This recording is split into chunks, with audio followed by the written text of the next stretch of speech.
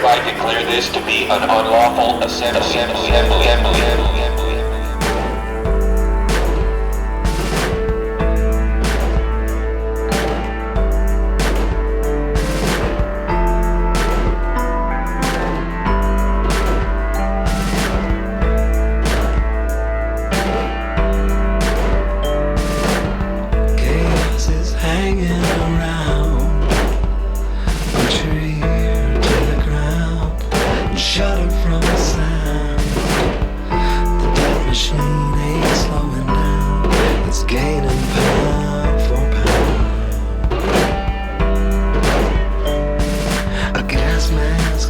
In the summer of rage, they're building mass graves within the states.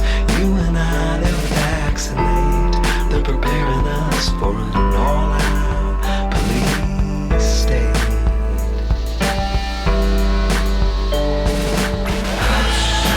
Little child, your world is going wild. Can't trust nothing but the love in your mama's eyes.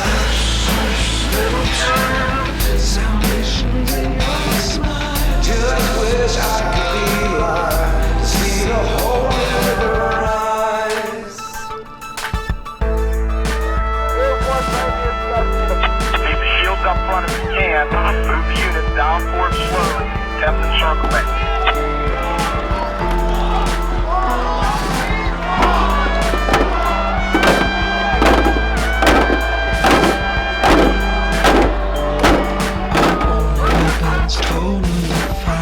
Finding all info warriors. Got a love for all neighbors, gotta speak loud, they try to silence, withhold, they try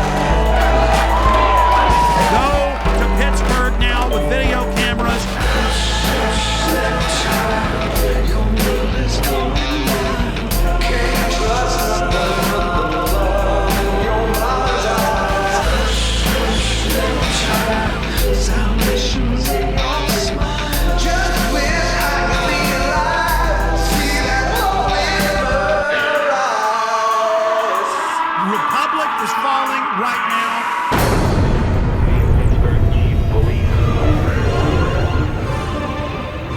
World leaders arriving in Pittsburgh for the G20 summit are finding a city on lockdown.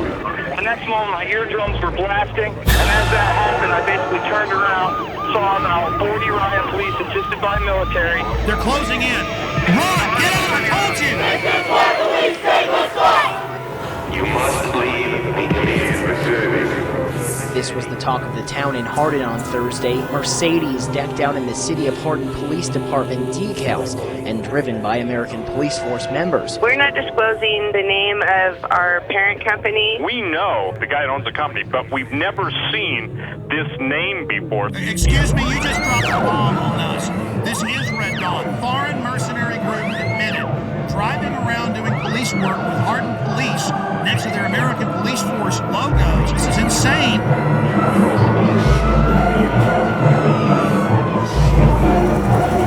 Passengers describe a terror attack and the arrest of a suspect. So he's a controlled asset, and of course it's not a matter of failure to connect the dots. The FBI now has 5 versions of their story. Can you add how they were already getting in Yemen? That's now confirmed.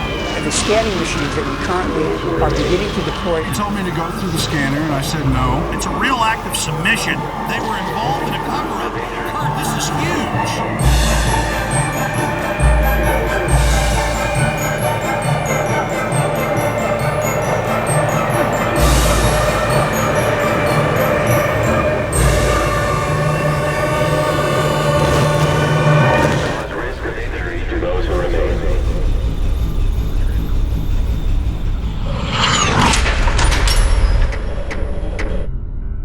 The Federal Emergency Management Agency coordinates the federal government's role in preparing for, preventing, mitigating the effects of, responding to, and recovering from all domestic disasters, whether natural or man-made, including acts of terror.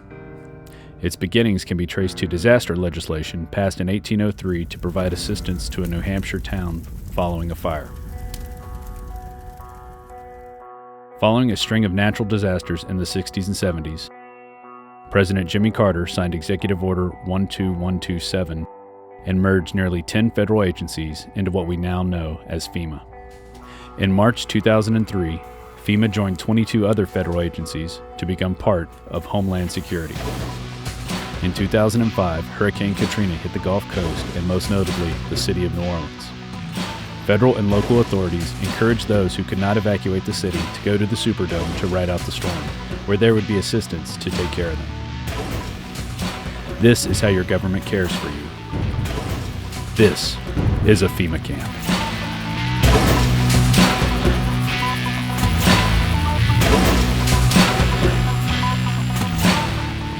And that's all we're hearing about are the people in New Orleans. Those are the only ones that we're seeing on television are the scumbags who were left in New Orleans or who decided to stay in New Orleans, and they're getting all of the attention.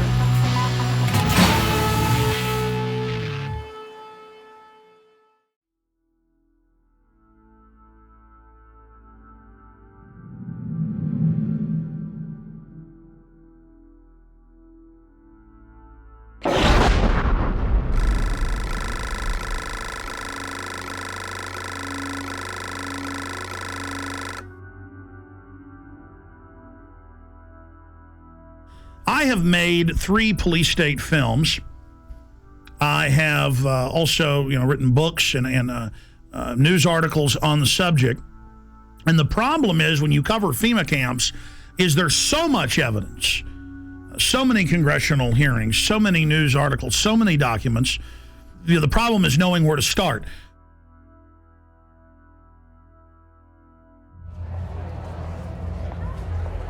Executive orders. This is how they introduce you. See, they're introducing it all. They've denied they're building all this for all these decades. Now as they unveil it, they're putting their PR spin on it. So Executive Order 10,990 allows the government to take over all modes of transportation and control of highways and seaports. That's been reaffirmed under PDD 51, under the John Warner Defense Authorization Act and others. Executive Order 10,995 allows the government to seize and control the communication media. Executive Order 10,997 allows the government to take over all electrical power, gas, petroleum, fuels, and minerals. Executive Order 10,998 allows the government to seize all means of transportation, including personal cars, trucks, and vehicles of any kind, and total control over all highways, seaports, and waterways. Executive Order 10999 allows the government to take over all food resources and farms. Executive Order 11,000 allows the government to mobilize civilians into work brigades under government supervision. Executive Order 11,001 allows the government to take over all health, education, welfare functions. What's happening through the imploded economy that the foreign central banks are engineering? So they make you be beholden to the government. Designates the Postmaster General to operate a national registration of all persons. That goes on through the Selective Service. Executive Order 11003 allows the government to take over all airports, aircraft, including commercial aircraft. Remember when they shut down all flights after 9/11? Executive Order 11004 allows the Housing and Finance Authority to relocate communities, build new housing with public funds, designate areas to be abandoned, and establish new locations for populations. Remember Louisiana, Mississippi, Katrina? Brownie, you're doing a heck of a job. The FEMA director is working 24 hours.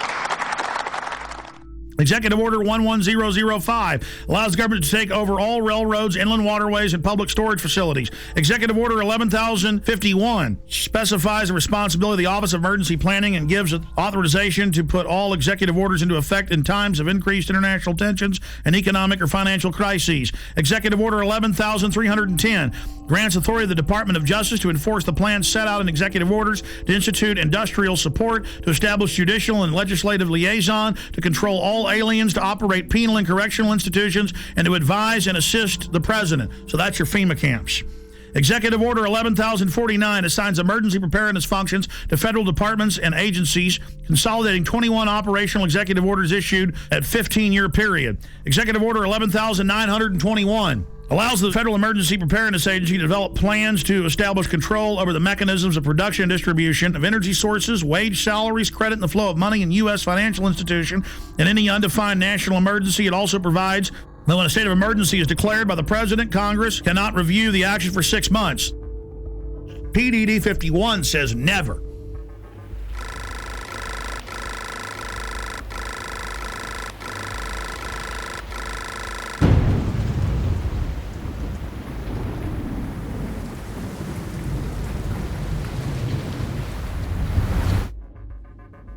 Up on screen are photocopies of the Miami Herald, and this goes back into the 1980s when they had congressional hearings dealing with shadow government and martial law. There's the headline, The Secret Government. And it talks about secret summits, a plan to take over the government. And it shows the people that were in charge of the continuity of government, Dick Cheney and others. And then we have a congressional hearing where we have Congressman Jack Brooks and others during Iran-Contra bringing up the secret plans, and they're told by Congressman Inouye that can't be discussed. It's a national security issue. In the 1980s, the concentration camp program got a big boost. Colonel North, in your work at the NSC, were you not assigned at one time to work on plans for the continuity of government in the event of a major disaster? Mr. Chairman. I believe that question touches upon a highly sensitive and classified area, so may I request that you not touch upon that, sir. I was particularly concerned, Mr. Chairman, because I read in Miami papers and several others that there had been a plan developed by that same agency, a contingency plan in the event of emergency that would suspend the American Constitution. And I was deeply concerned about it and wondered if that was the area in which he had worked. I believe that it was. May I most respectfully request that matter not be touched upon at this stage. If we wish to get into this, I'm certain arrangements can be made for an executive session. And tragically, the only member who got close was Jack Brooks, and he was stopped by the chairman. But the truth of the matter is that, yes, you do have those standby provisions, and the plans are there, and the statutory emergency plans are there, whereby you could, in the name of stopping terrorism, apprehend, invoke the military, and arrest Americans and hold them in detention camps. Throughout history, criminals get control of governments. They use phony crises to enslave the public. And they're taking your pension funds, they're taking your money, they're raising the taxes on you, they are going to squeeze the daylights out of us all, and that's why they're geared up for martial law and to take the media over, because this is quite a gamble by the establishment. You know, we should have grand juries indicting the bankers and having them turn states' evidence against each other, and this whole criminal shadow government, national security state should be exposed. Everything it's engineered, and bring in total tyranny and start arresting people for their speech. So it either goes into tyranny or into liberty. And believe me, folks, liberty is probably where it's going, because this tyranny is so horrible they've got planned.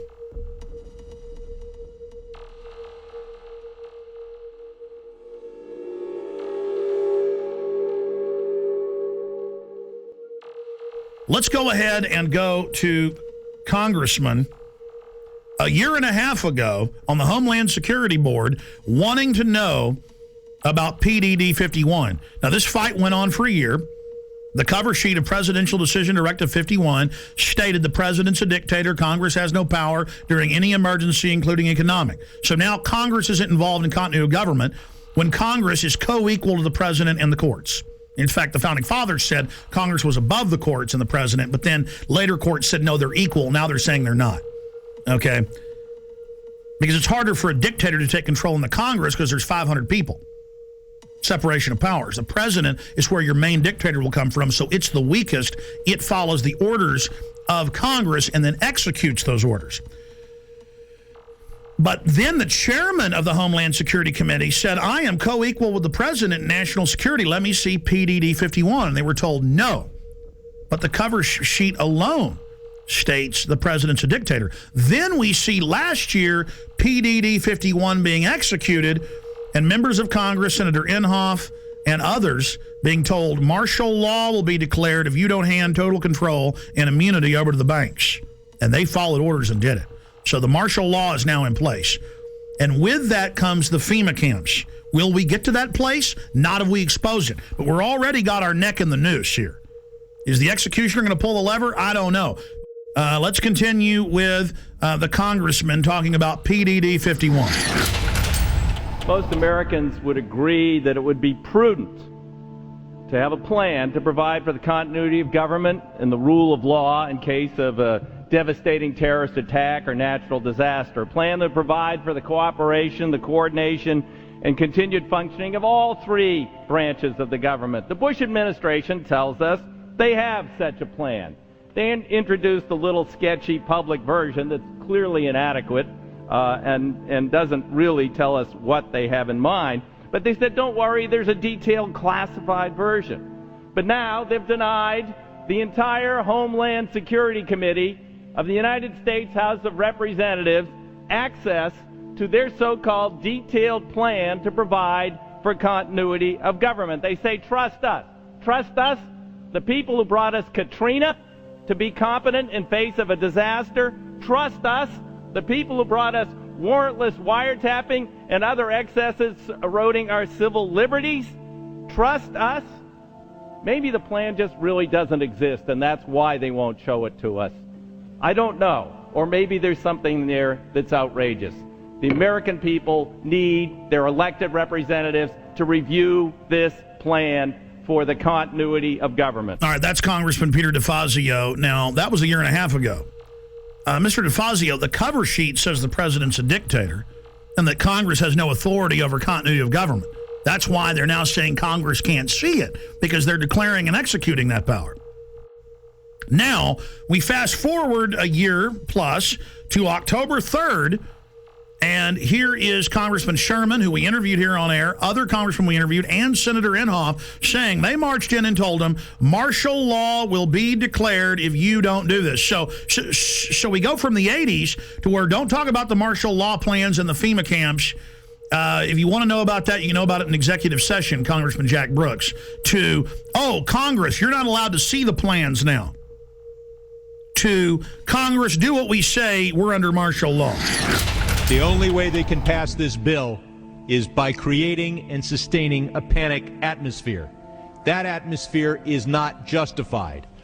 Many of us were told in private conversations that if we voted against this bill on Monday, that the sky would fall, the market would drop 2,000 or 3,000 points the first day, another couple thousand the second day, and a few members were even told that there would be martial law in America if we voted no.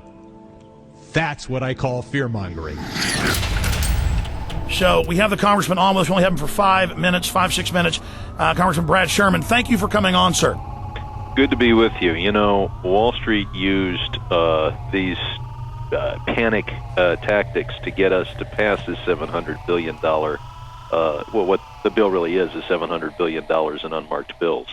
They said the market would drop by 4,000 points, blood would flow in the streets, and lions would be devouring children in the parks of Los Angeles. Now that the bill is passed, our economy is still going to be very bad. The bailout money so far has been set aside to buy shares in banks, $250 billion, $40 billion to AIG, and $60 billion yet to be committed, leaving the remaining $350 billion for future use. We've got to do everything we can to focus people's attention on this bill as it's carried out, because it allows Paulson to go up to Wall Street. He can give money to one firm. He cannot return phone calls from another firm. He can he can, if he wants, finds out which firms are donating to the 527 organizations, which take secret contributions and then make political advertising. He can look at the RNC donor list. He can do anything he wants. Let's go back to what you said on the floor in the last 24 hours about members of Congress, and I've talked to some. They're afraid to even come on and talk about it, being told there will be martial law in America and we'll just do this with or without you if you don't do this. That is incredible, and I just had the former head of the Treasury on earlier, Dr. Paul Craig Roberts from Reagan, head of policy, saying that this gives them economic martial law. Is that not terrorism? Is not the definition to threaten harm or carry out harm for a political aim, sir? Well, but keep in mind, we passed the bill, and I'm told the market is down. Sir, here's the $64 million question. You and other members of Congress say, yeah, well, there were some people threatening martial law, but we don't think they meant it. They were just trying to fearmonger, which I call terrorism, into it. That's a huge issue. Specifically, sir, we need to know names. Who told you that they were told that martial law and blood in the streets, as you said, would happen? Private conversations between members on the floor, you really can't reveal without the permission of the other party. I understand, but were there arm twisters coming up, or were they scared? I mean, how was it said specifically? What we have to do is expose those circumstances where we're bailing out a particular firm, and how many of the executives at that firm are continuing to make $1 million a year, $5 million a year, $20 million a year. There's going to be a lot of information that is not public, and it's going to take investigative reporters to find out things that congressmen can't find out and that the public is not going to be aware of. I have to go right now, but it's been a pleasure being with you.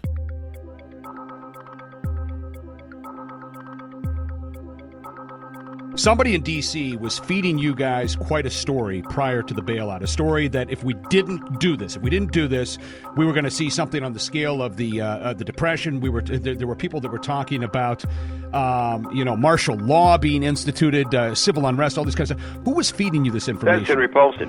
We had a conference call early on. It was on a Friday, I think a week and a half before the vote on October 1st. So it would have been the middle, what was it, 19th of September, okay. We had a conference call. In this conference call, and I guess there's no reason for me not to repeat what he said, but he painted this picture you just described. He said, this is serious. This is the most serious thing that we face. It's going to be far worse than the Great Depression of the 30s. And all these things, he was very descriptive of exactly what would happen if we didn't buy out these toxic assets, okay. Which he abandoned the day after he got the money.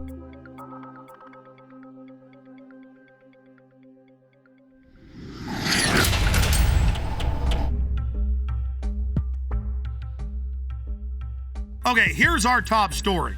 Obama signed this 7 days ago on January 11th, 2010. And I spent a few days reading over it, checking the U.S. code, checking the laws that it mentions, and it ties into Presidential Decision Directive 51 signed by Bush. And remember, Congress wanted to get the full Presidential Decision Directive and accompanying executive order. Would be prudent to have a plan to provide for the continuity of government and the rule of law in case of a devastating terrorist attack. The Bush administration tells us they have such a plan. But now they've denied the entire Homeland Security Committee of the United States House of Representatives. And Bush declared national security and wouldn't even let Homeland Security Committee, which is supposedly co-equal with the president, wouldn't even let them have access to it. But the cover sheet stated that for any emergency, including economic, anywhere in the world, that the executive is over the legislative and judicial, over the courts, over the Congress, which is unconstitutional. It's supposed to have separation of powers. The people aren't supposed to be divided, what the government always tries to do. The government's supposed to be divided so that you can't ever get a dictatorship. Well, this is what the founders said. This is what America is. It's why we love the Declaration of Independence and the Constitution and the Bill of Rights. So President Bush signed this national security directive.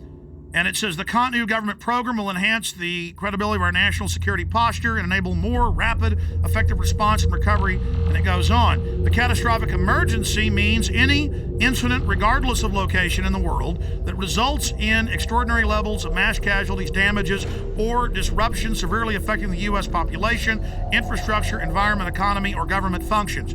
And under this, the president is over the governors, he's over the legislatures of the states, he's over the Congress, and Congress has no authority.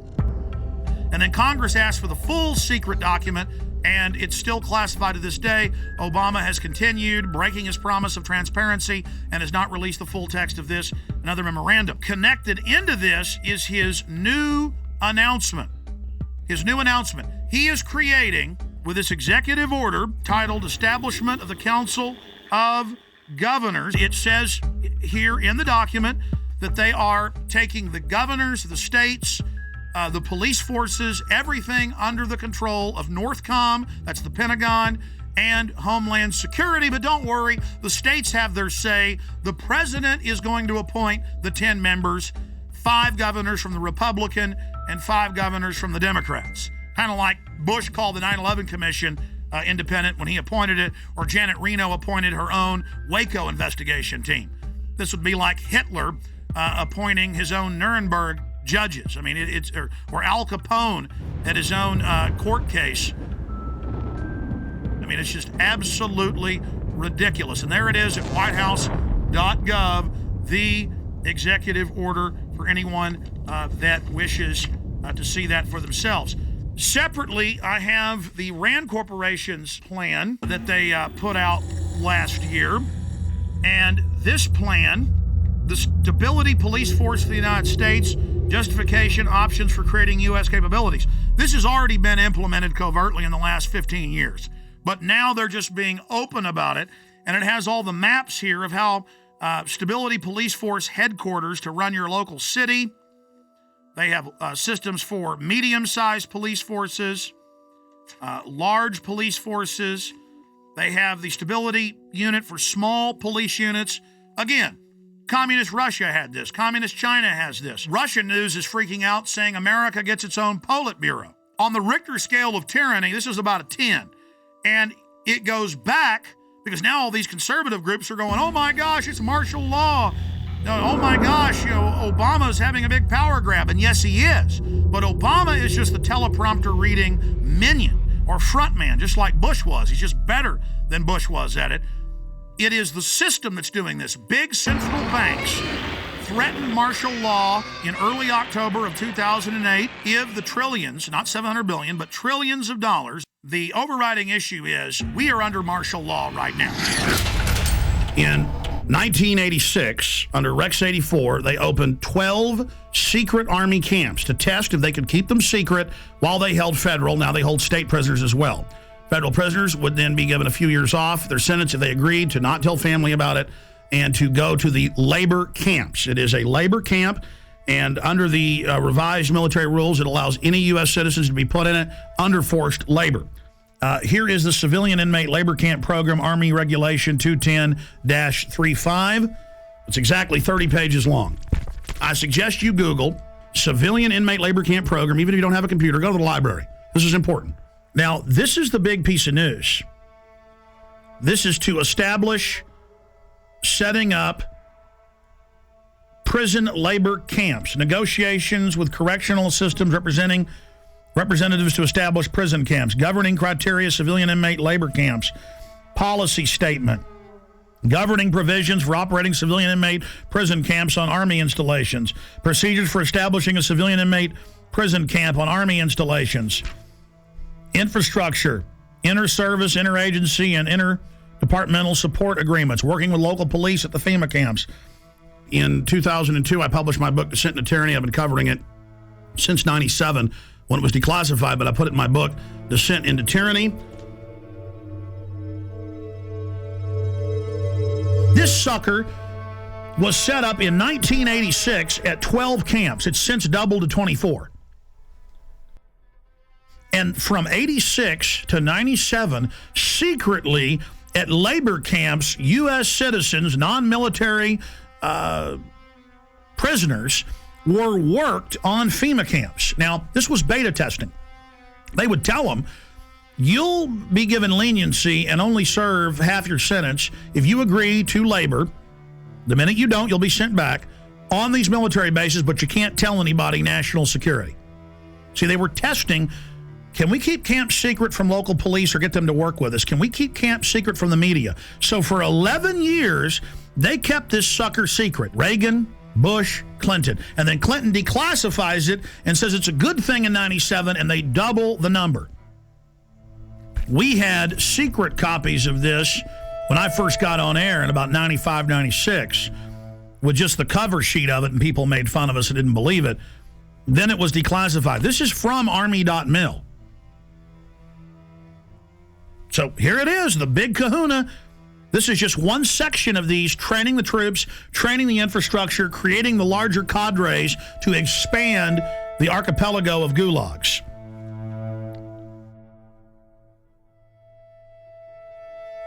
New legislation authorizes FEMA camps in the United States. and it says 6 major camps across the country with hundreds of sub-region camps. Now, if you watch my films and read the documents we put out, that's exactly what we said the camps are and how they operate, because we reverse engineered all this.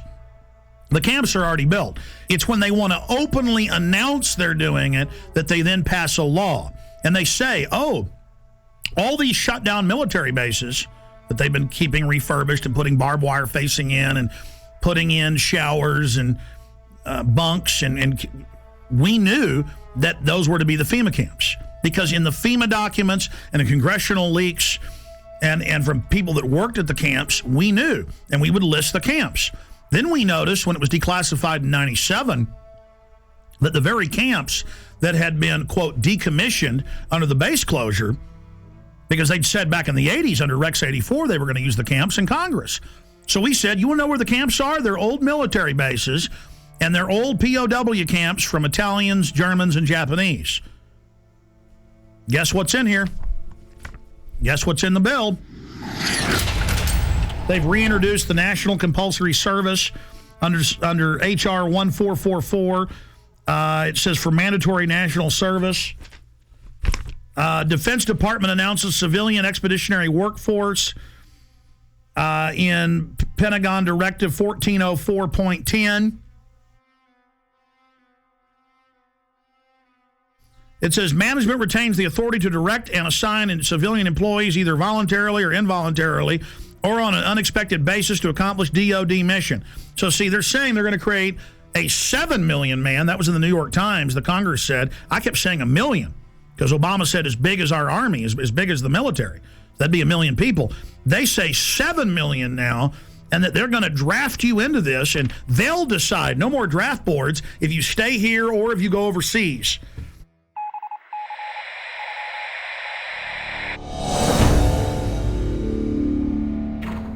But this just broke. I just showed you the earlier terror training manual saying those that talk about the Constitution are terrorists and are a danger to police, those that are in Second Amendment groups.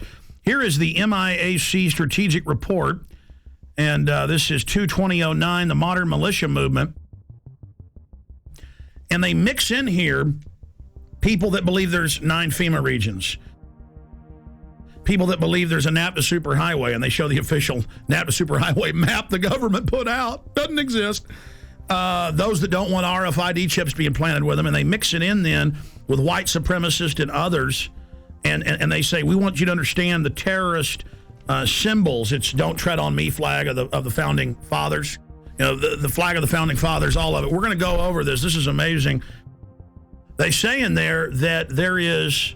no such thing as a New World Order banking takeover, as hundreds of newspapers a day say there will be a new bank of the world that you pay carbon taxes to. It just doesn't exist. You're insane terrorist if you believe it. I remember my grandfathers, and it was normal just when you were at the dinner table or even my dad to explain how governments work and how history worked, and they taught the military. You don't have the military on the streets, and we're here to defend the Constitution, Bill of Rights, not what the president says if it violates that. And we've gone from that now to a strategic report, 2/2009, the modern militia movement. And then they mix gun owner groups, pro-gun groups in with white supremacists. They say those that believe in a new world order.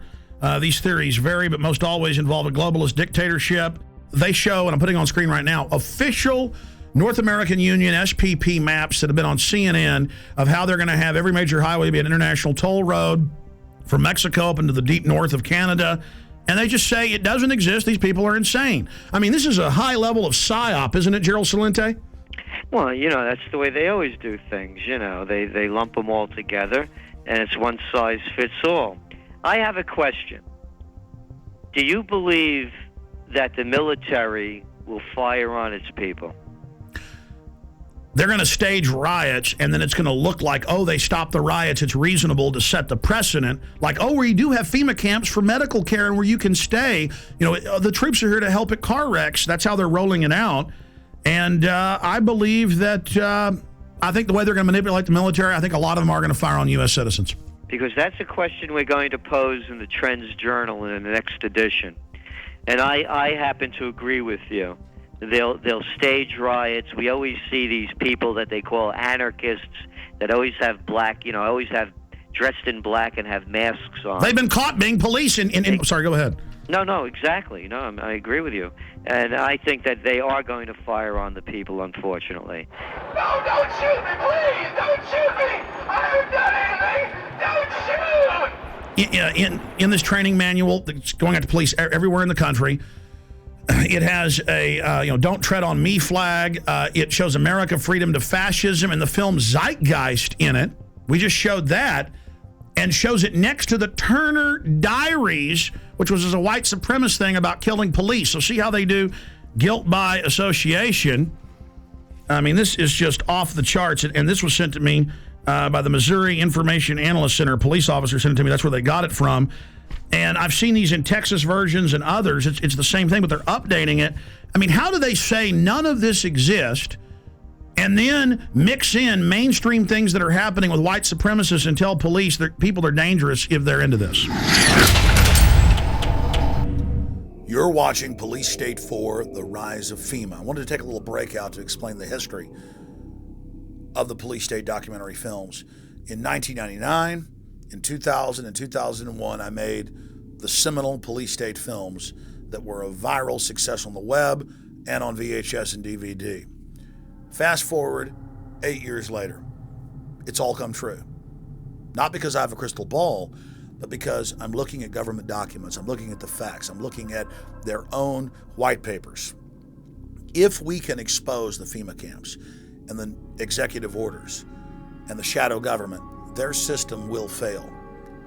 I've made the film, Police State 4. It's now up to you to get it out to everyone you know. And yes, we need your support. We offer and promote the fact that they're free on YouTube, Google, and thousands of other video sites. We put them out for free. But we do ask you to give us the seed money, the support to run our websites, to do the syndicated radio show, and to make future films. So if you want this documentary in the best quality available and to have the expanded extras, please visit Infowars.com and purchase Police State 4, The Rise of FEMA.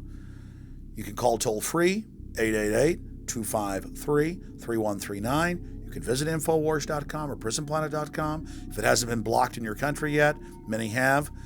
You can also write to us at Infowars, P.O. Box 19549, Austin, Texas 78760. PrisonPlanet.tv is a better tool than ever in the info war. Over 6 years of my radio and TV shows, all my films in super high quality, my book, Paul Watson's book, all there, 15 cents a day. Your support of PrisonPlanet.tv empowers the resistance to unlock minds worldwide. The destiny of Police State 4, The Rise of FEMA is in your hands. I'm asking all of you to have public viewings, to make copies, and to give to everyone you know. The power of humanity and the human spirit is unstoppable if you'll simply unleash it, if you'll simply take action and turn it loose. I salute you all. Good evening, my fellow Americans. We have been compelled to create a permanent armaments industry of vast proportion. We annually spend on military security alone more than the net income of all United States corporations. We recognize the imperative need for this development, yet we must not fail to comprehend its grave implications. Our toil, resources, and livelihood are all involved. So is the very structure of our society. In the councils of government, we must guard against the acquisition of unwarranted influence, whether sought or unsought, by the military-industrial complex. The potential for the disastrous rise of misplaced power exists and will persist. We must never let the weight of this combination endanger our liberties or democratic processes. Only an alert and knowledgeable citizen can compel the proper meshing of the huge industrial and military machinery of defense, the prospect of domination of the nation's scholars by federal employment, project allocations, and the power of money is ever present and is gravely to be regarded. We must also be alert to the equal and opposite danger that public policy could itself become the captive of a scientific, technological elite. We cannot mortgage the material assets of our grandchildren without risking the loss also of their political and spiritual heritage.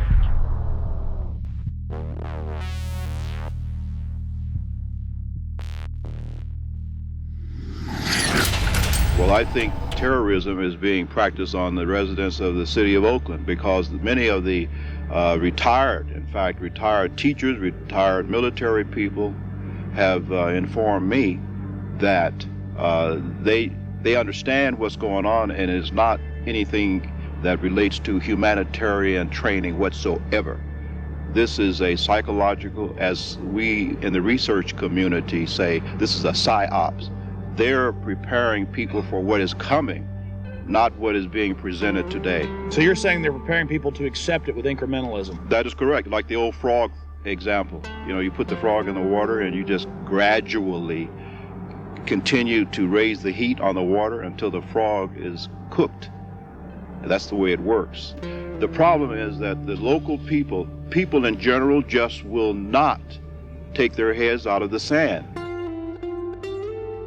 I'm going to tell everyone I can, listen, we have a serious problem. And it's called a police state. It's called a police state.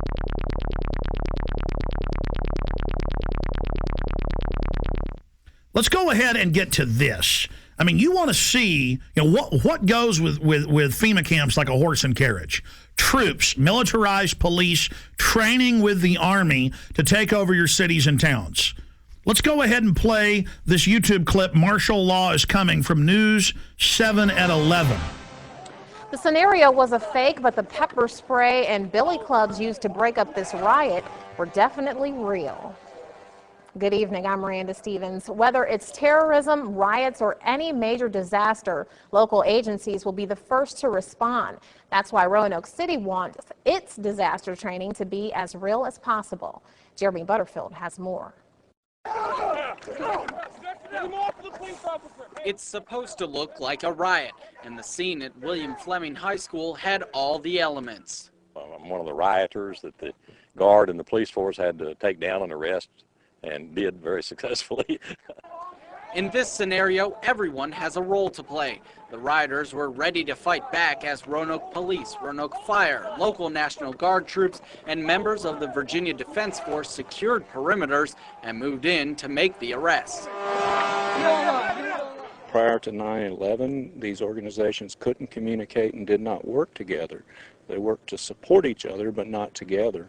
And with the recent events of the last 3 to 5 years, we've become very good at working together, which is very important.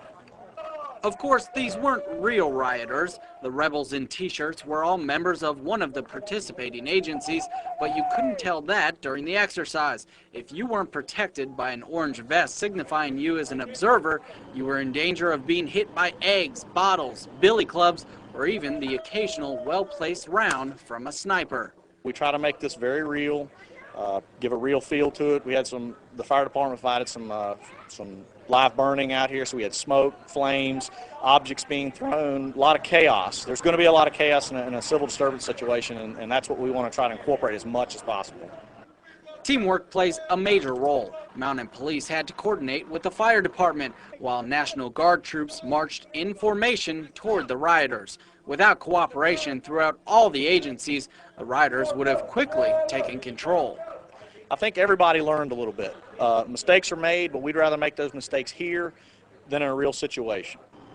This was the 4th year the agencies have participated in this drill, and organizers say the old adage, practice makes perfect, certainly holds true in the face of disaster. And then, see, you talk about this, and mainstream writes articles about me like I'm crazy, making up troops and troop deployments when it's the Army Times, the Army War College, hundreds of newspapers have announced it, and then I say, hey, that's tyranny, and they go, shut up, Jones, doesn't exist. InfoWars story on illegal Tennessee checkpoint prompts action by governor. Friday, listeners pointed out local news saying the Army was going to be out, regular Army running checkpoints, searching citizens with police. The governor got called, our listeners called. The Whiteville Police Department had plans to conduct a seatbelt checkpoint on Saturday, April 4th at Highway 64 within the city limits of Whiteville. The checkpoint was planned to be in conjunction with Homeland Security and the 251st Military Police in Bolivar. After learning about this, I contacted Representative Johnny Shaw, who represents that area, ask you about this. Representative Shaw, you looked into this, and can you tell me what you've learned and where this stands now? I can. Actually, this has been canceled. Some calls were made to the governor's office about this on earlier today, this Friday, and of course the governor just simply said, I don't need another headache. It was a bad idea in the first place. I mean, during this climate, in this day and time which we live, can you imagine the Army stopping you for a seatbelt check? We'll follow up with you on that, sir, and find out what steps are taken to protect, to see that something like this the public is notified in the future. Definitely we will, because the public should have been notified if it was going to happen. And I'm going to make sure that I call all of the local authorities and ask them not to do this anymore. But if they should even attempt to make sure that they contact people like myself and make sure that people are notified as to what is going to happen. Representative John Shaw just joins us for a few minutes, representative from Tennessee, District 80. Sir, thank you for coming on with us. Sure, you're welcome. Thank you for having me, Alex. You bet. Now, we played the clip earlier of you on a local news station talking about Army checkpoints. The governor found out, thanks to you and others, and canceled it. Can you just in a nutshell tell us exactly, specifically what was going on? Yes, I can. First of all, I have got to check. Now, I don't have concrete facts, but I don't think the military has, first of all, any jurisdiction to be checking seatbelts. When you look at the fact of a military unit being out, your daughter, my wife, or someone driving through a roadblock with all of these local officials, the Army and everybody out there, I think it's just going to scare people to death. I think our local and state officials have the staff when needed to check seatbelts, to do a seatbelt check without the Army getting involved. And I just don't think it's a good idea. Well, obviously, sir, I don't know if you've heard, but yes, it still violates posse comitatus. They haven't completely removed that 1878 law. We know in Mexico and communist China, they have troops on the streets. This is a sign of a banana republic, of a third world police state. So that we don't want that. But the larger issue here is that they've announced Homeland Security wants to put 20,000 regular Army troops to patrol America. The Naval War College, the Army War College has said their new job will be engaging us, combat with the American people to stop an insurrection against the banks. So, A, are you aware of that? B, can you tell us specifically what units, why the Army was going to be out running checkpoints? Well, I got this news late on Friday, and when I got the news, I immediately jumped on it to try to call some local authorities that I knew first to see what was going on. And when I made the call, I found out at that point in time that the governor had already made the decision to cancel this, and which I was very proud of that. But I am not aware of Homeland Security doing this.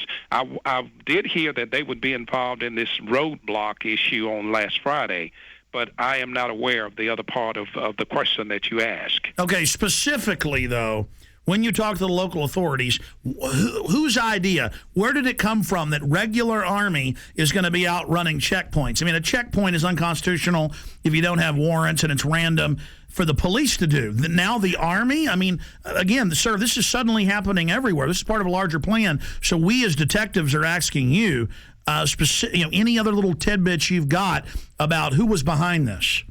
Well, and I don't know, Alex. I can't answer that question other than the fact that it was going to take place in a little area of my district in a town called Whiteville, Tennessee, which would lead me to believe or to assume that the chief of police there was the one who orchestrated this idea. Was the state involved? Not to my knowledge at all. Okay, so the governor had to say no. So this is what we always see. The Army then probably approached some locals as part of their covert acclimation program. And State Representative Johnny Shaw, we appreciate you speaking out against this. We appreciate the governor saying no to this. Can you, just in closing, speak to why you were concerned about it and against it? Well, again, I was concerned because I think in this economic climate, or in this climate that we are in, well, can you imagine your wife, your daughter, my wife or daughter, even son driving up to a checkpoint with Homeland Security, the military police, the state police, if they were involved, and then, of course, all of your local authorities, it's going to make someone think something bad has happened in the community, and I just don't think this is a good idea. I think it would have been a scare tactic that would have been hard for some of our citizens to get over, or maybe some of our senior citizens, and I'm totally against this kind of a tactic, and I'm going to do my best as a state representative to see that this does not happen again in my district and hopefully nowhere in the state of Tennessee.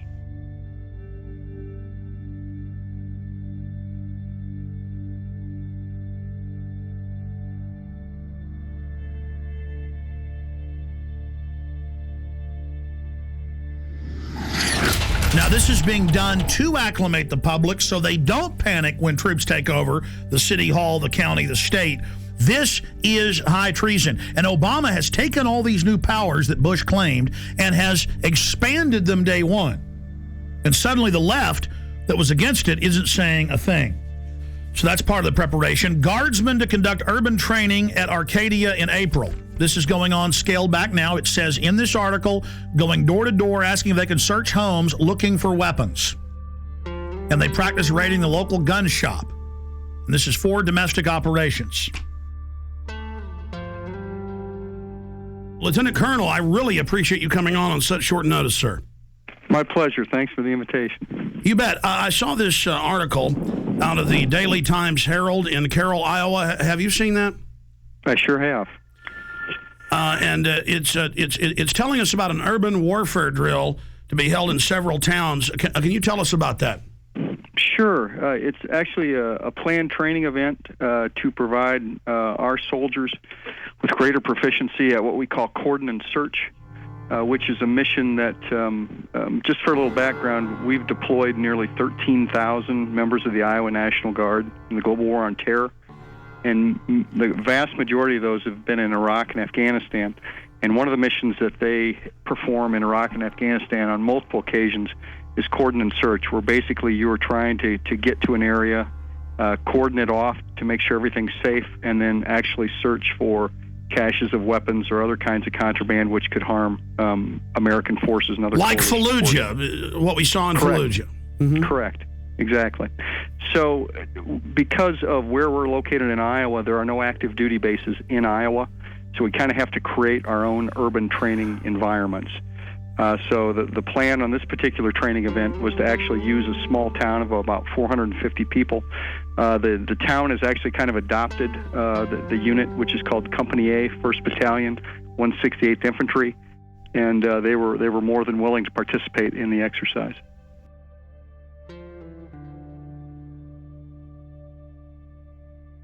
Going through this article, I mean, explaining exactly what they're going to do door to door with the houses, what the checkpoints are going to be simulating.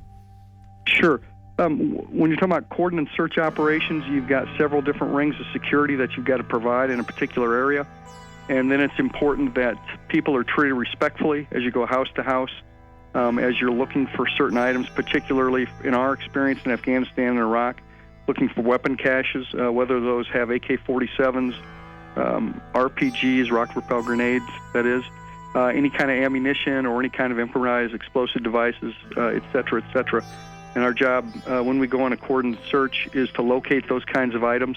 And then there might also be persons of interest that we're interested in that coalition forces want to talk to or apprehend. Well, let's just boil it down to this. I have video of Army and Marines with role players screaming, "I'm an American, please don't put me in the camp," and the military training to confiscate their firearms. I mean, certainly you've heard the Army Times and the new directive from Secretary of Defense Robert Gates that they will use the National Guard under federal control for civil insurrection. Are you saying you're not aware of that? No, I'm certainly aware of that, absolutely. But I think you have to look at the role of the National Guard historically. Is that historically we are used in states for disasters overwhelmingly. And our job is to, number one, be ready for our mission federally, which is to go to war. And number two is to help our fellow citizens here in the United States of America. Those But are the Army things that we prepare for and train for. The Army War College 3 weeks ago issued a report saying they're shifting a lot of their focus to engaging the American people and directives on engagement with the American people under NORTHCOM. Well, you got to remember that the National Guard, 99% of the time, if you're talking about peacetime, belongs to the state in which they are located. Only on occasion do they become federalized. One of those examples, of course, is being mobilized and deployed to go to war or peacekeeping or other kinds of federalized missions. But other than that, the National Guard generally in peacetime belongs to the governor of that state.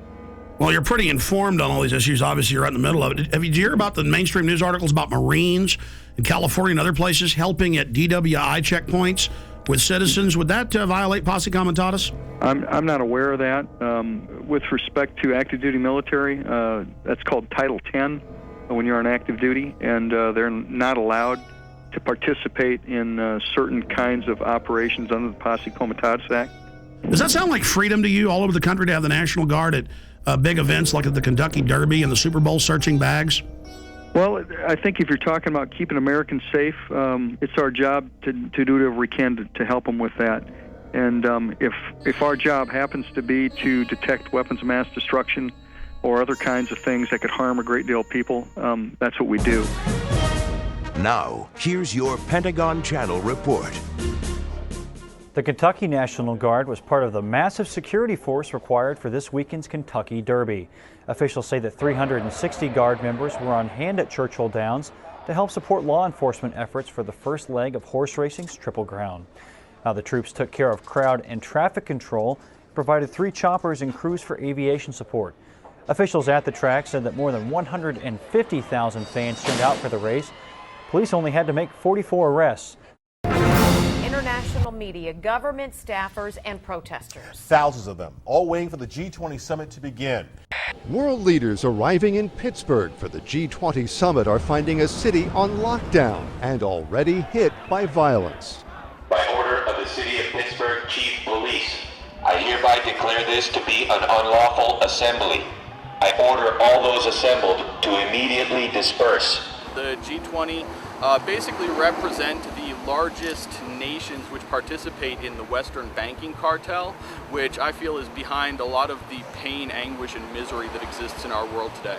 They would like to come up with one central bank for the world to replace the dollar standard, and also have international regulation, a massive expansion of the WTO regulations into the financial markets. You must leave the immediate vicinity. If you remain in this immediate vicinity, you will be in violation of the Pennsylvania Crimes Code, no matter what your purpose is.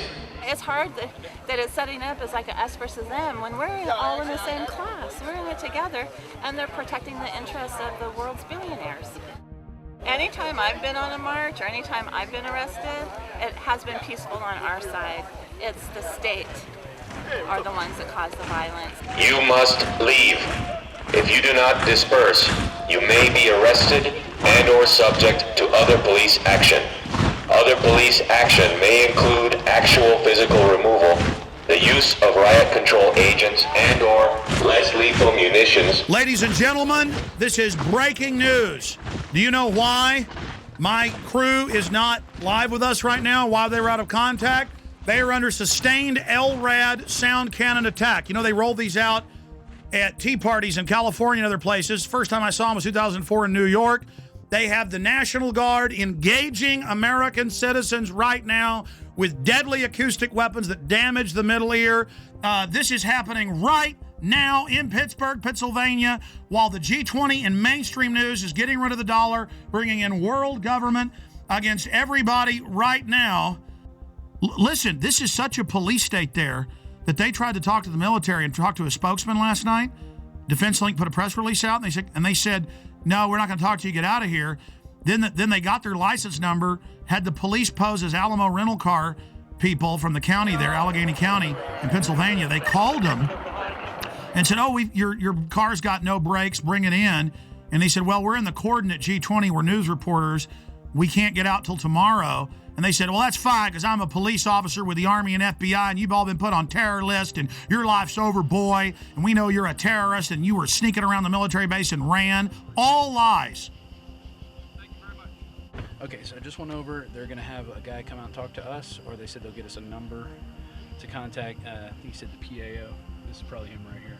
every 30 seconds, saying disperse, disperse. We've got them. Let's go to live now. Here they are from Pittsburgh. G20 under attack. Yeah, we're on 33rd and Liberty, and we just passed they had the street blocked off, and they were using the sonic weapon on us. They were using it to broadcast, and then they would ramp up the signal for a brief second to let them know that they could, blow some eardrums out. It got pretty loud. I hereby declare this to be an unlawful assembly. I order all other police actions to include actual physical removal, the use of riot control. Everybody dispersed, though, when that started happening. The largest group went through an alleyway. They're driving right past me right now. Get them on tape. With the guns. They had two of them. They were using them to broadcast messages in Spanish and English. That's the engine right now. You can hear it passing me. And there's a guy sitting on top. The police I'm seeing now are in full riot gear. Are they the police, though, wearing the National Guard bottoms? It looks like Border Patrol. I've seen Border Patrol here, too. They have the dark green Border Patrol uniforms. So federal police in the middle of Pennsylvania. I find it very ironic that it's happening on Liberty Avenue. Very ironic. Burmis, I want to be clear about this. They were shooting you guys with this. Douglas was saying it was hurting. What was this like? The decibel level was very, very high. One moment I was covering the front of the protest. The next moment my eardrums were blasting. And as that happened, I basically turned around, saw about 40 riot police assisted by military, and I ran up and I got all the footage I could. Every once in a while I'd have to take There you go, assisted by military. So this is the military attacking the American people, because in every news article I see, they're together. So that's key for the article Watson's doing. The military was with them. Yeah, absolutely. I mean, they were in military fatigues. SWAT is also here. I got a good shot of one of the military personnel who was on top of the Pittsburgh paddy wagon. Basically, most of the Humvees in the military were cordoning off at checkpoints on main streets in the main city of Pittsburgh. They were in full military fatigues. I mean, these weren't just the pants. They were the tops. There's no doubt that there's military here, Alex. I approached them. I asked them what their mission was. What's the mission? You can't say? Sir, what would you have to say to critics that say this is a violation of posse comitatus? I'd say that you need to talk to my PAO. You know what posse comitatus is? No. No? Sure Separation of military and police? Be the first military guy to tell me what it is. I've asked about a dozen today. No, but nothing, right? And it was the standard boilerplate answer of, we're just following orders. We're just here to support law enforcement. That's all we know. We're here to protect United States citizens' rights to a peaceful protest. Unbelievable. Global leaders meeting openly in mainstream news to get rid of the dollar and bring in, quote, global governance. This is the end of our country, and the police and the military are acting like people that don't like it are pure scum and terrorists because the DHS has trained them to do that. Here come the anarchist staging. Here they come right now. They just grabbed the dumpster. They're flipping it over. Video it! I got it on tape right now. I don't want to put you in danger, Jason, but if you follow that stinking Fed, is it a big guy? It was 3 people, and of course they had masks on, Alex. Briefly, tell folks about last night. You guys pull up to the gate. You asked to talk to the public information officer. They called the police and lied and said that you were sneaking around. Yes, sir. How's it going? We were responding to a news story that the National Guard was going to be massed to go into Pittsburgh. And can we get a comment on that? Sorry, we can't make any comments, sir. Do you have a press guy we can talk to? Yeah. We then pulled off to the side of the road where they instructed us to. We waited around 15 or 20 minutes. A representative came back. Immediately, he was hostile towards us. He did not like our credentials. Hey, guys. Hey, good evening, sir. What's up? Look how you're doing. My name's Rob. Okay. We're out of Austin, Texas, Channel 10. Okay, can I see your credentials?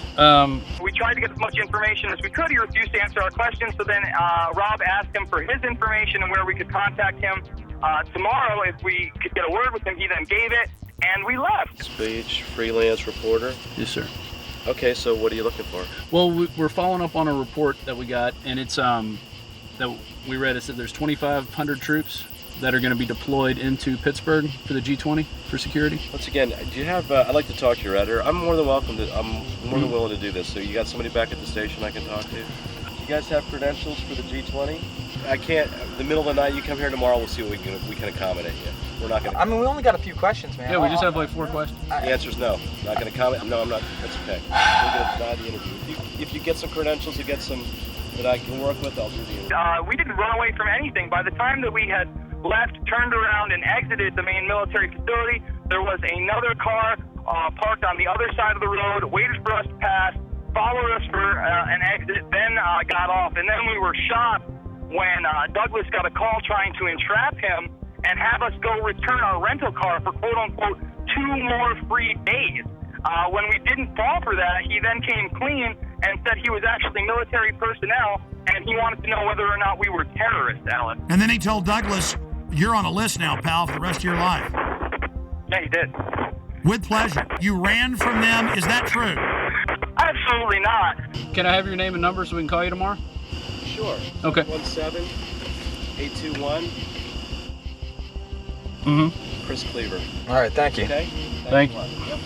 I need all info warriors, anyone in the Northeast, anybody in the Midwest, to go to Pittsburgh now with video cameras. The troops are bought and paid for by offshore banks.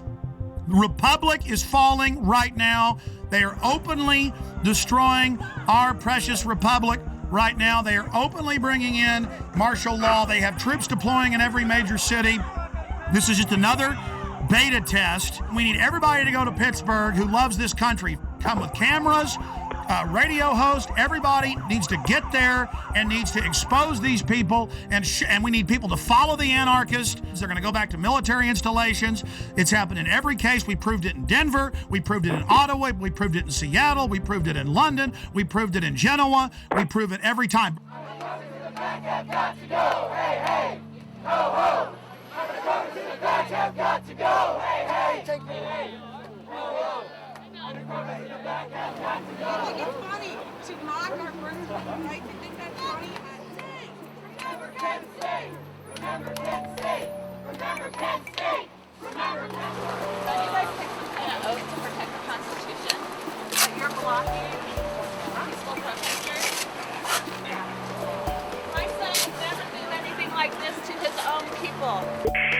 Hey, Alex. Cindy, you've now been hit by the Army and police. This is like Kent State with sound weapons. This is huge news, and it's nowhere on TV. Cindy, tell us what happened.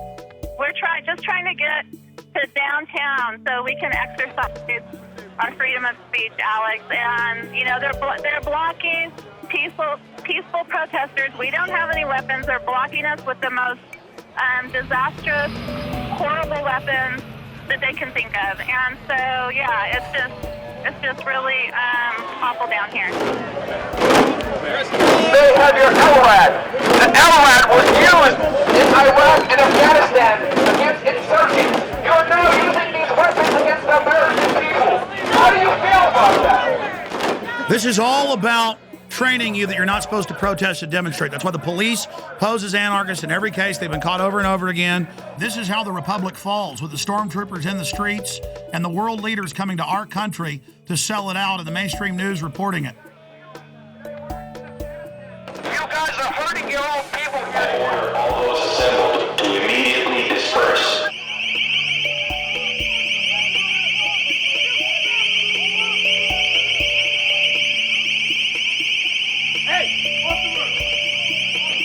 Cindy, did you know they're openly announcing the formation of a world government at this meeting? Yes, I know they are. The head of the EU even spoke out against it, Klaus, at the UN yesterday, and they're openly announcing the end of the dollar. Those troops don't know that their whole savings and their whole family future is gone, and there they are with pleasure, guarding the very government that is illegitimate and criminal. The troops are out here. There are our brothers and sisters, there are sons and daughters, and there are mothers and fathers, and they're turning their guns on us. They're turning their weapons on us, where we really should be marching to the G20 and arresting those guys. Here they come again with their LRAD, Alex. They're coming with it. They have us blocked in. There's nowhere for us to go. This is what police state looks like! By order of the City of Pittsburgh Chief of Police, I hereby declare this to be an unlawful assembly. I order all those assembled to immediately disperse. You must leave the immediate vicinity. That's what the If you remain in this immediate vicinity, you will be Burmis. Yes, sir. Did you say that the protesters are turned around because they're blocked in? Yes, they are blocked in. Run! Get out! I told you! Go down the side street, get the hell out of there, they're gonna get you! Get out of there right now!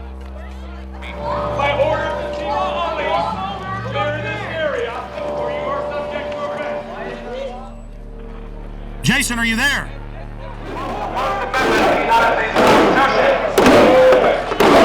This is no longer America. This is Walmart, United States of America.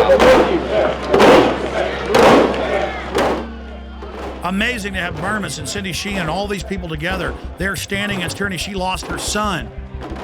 And the military will follow orders, and that's all this is. And there are the bankers openly setting up world government, bankrupting us by design. It's really happening. Well, here's the Examiner newspaper reporting on these sound weapons at the Tea Parties. It says both town halls took place without incident. However, the use of military device concerned San Diegans. The LRAD crowd control is primarily used in Iraq to control insurgents and can cause serious and lasting harm to humans. And they admit this. I mean, this is just outrageous. Other police action may include actual physical removal, the use of riot control agents and/or less lethal munitions, which could cause risk of injury to those who remain. You must leave.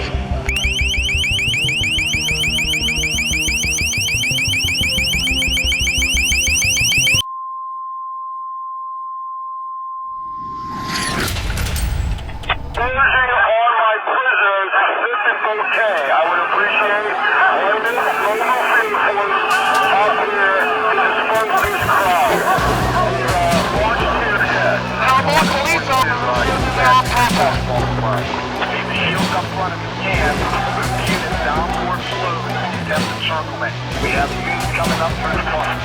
Pushing towards the park.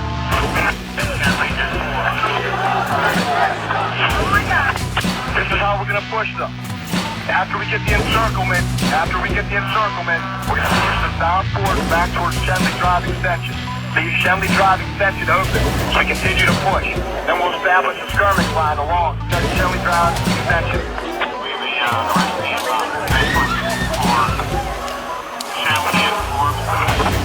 Attack 42, there was a little miscommunication on my order, but now we're attempting a encirclement in the park. The police began to charge following the initiation of a tactic they called kettling. So called as to reflect the purpose of a kettle, to hold in water and heat it until it attempts to boil over. They're closing in. Get out of there. They're going to arrest everybody. And the police, he said, at the last thing, were coming from 3 ways, blocking them in. That's what they do. They corner you and then attack. Stand by for gas deployment. We're setting that up along Melville. Any units, city units, we have 5th Avenue covered. Unit 30 base, I'd like to express my professional regard to everyone. They did an excellent job. Guys, just remember that's a young girl right there. All the operations G20. Now, let's go ahead and go over these articles. Brigade Homeland Tour starts October 1st.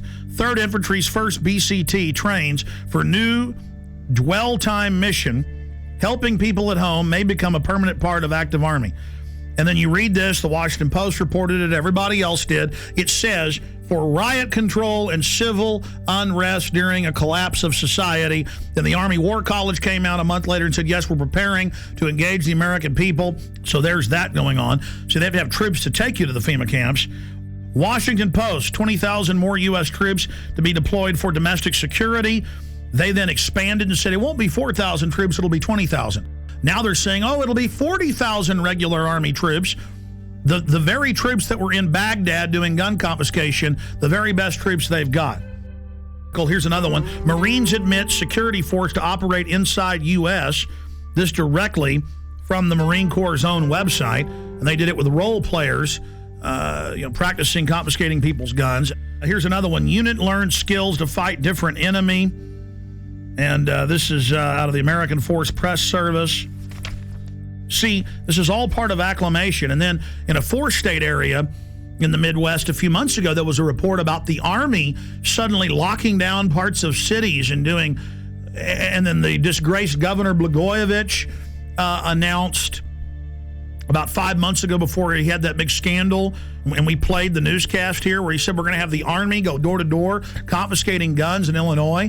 And then we have the first time the Army got called into New Orleans, going to the high and dry areas with the police and FBI. All the weapons will be taken. No one will be allowed to be armed. And then putting people in handcuffs that had guns, taking their guns. Today in New Orleans, they got a lot tougher on the holdouts. Police department, anyone home? Not only the flooded areas, but New Orleans' driest and wealthiest neighborhoods, too. Police department! The police and National Guard going street by street, house to house.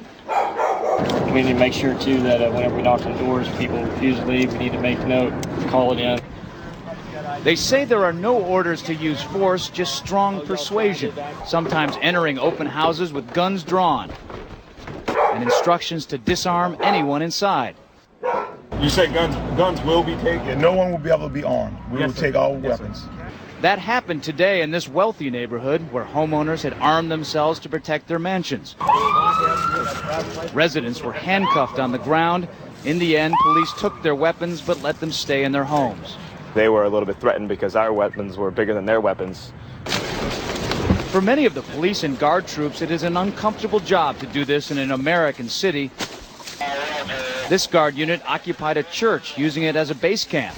They had to leave a note because they could not get hold of the pastor to get permission. It is surreal. Yeah, you never expect to do this in your own country.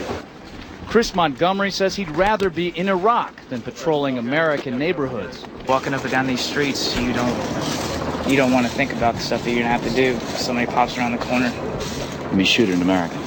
Yeah. I mean, that's on record. That happened. This is what they're training for. This is what they do the first chance they get. Stop living in denial. Attention, attention, attention. American forces are here to help. Remain calm. We will not tolerate civil disobedience.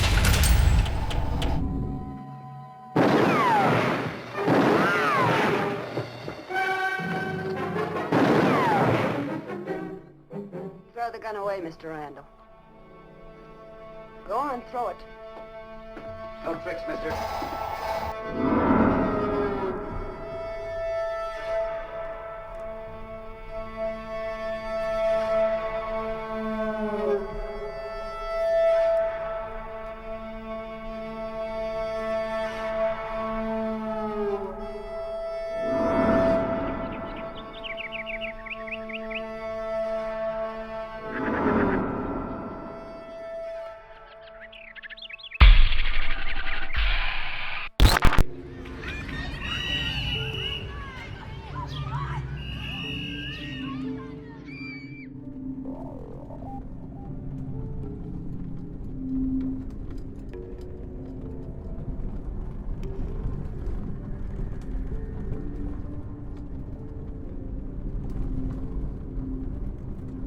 This is the poorest county in Montana, and the $27 million prison has turned into a white elephant.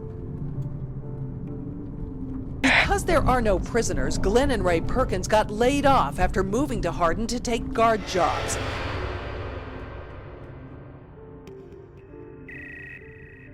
When I went to the door, there were two cops standing with their hands on their guns. I've lived in the same town for 26 years. We got 90 and 94 sitting right over here where they intersect, which is a perfect place for a checkpoint. I noticed that they got these mobile checkpoint stations. There's a lot of secrecy going on.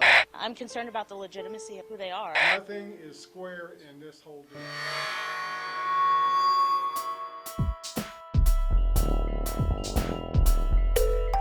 I cannot let my grandchild grow up in this kind of thing.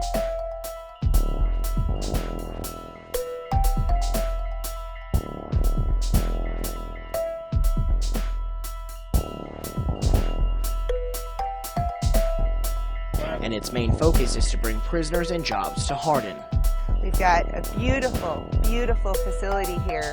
Becky, it's time to get straight with us now. We need to know these things. I think the people of Hardin need to know this.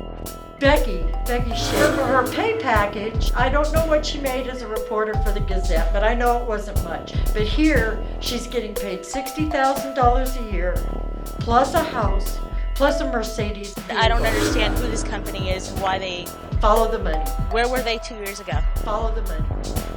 That's all I have to say. Where were they before the ground broke? Follow the money. And its main focus is to bring prisoners and jobs to You think it's mysterious at all? It probably is to those that don't know what's going on. Carrie Smith is the wife of Two Rivers Authority Executive Director Greg Smith, who was recently placed on administrative leave. Well, members of the American Police Force showed up in Hardin yesterday, driving vehicles with Hardin Police written on them. As Color 8's Nick Law reports, it created quite a stir, especially because Hardin doesn't have a city police department. This was the talk of the town in Hardin on Thursday. Mercedes decked out in the City of Hardin Police Department decals and driven by American Police Force members. Two Rivers Authority officials say having APF patrol the streets was never part of their agenda.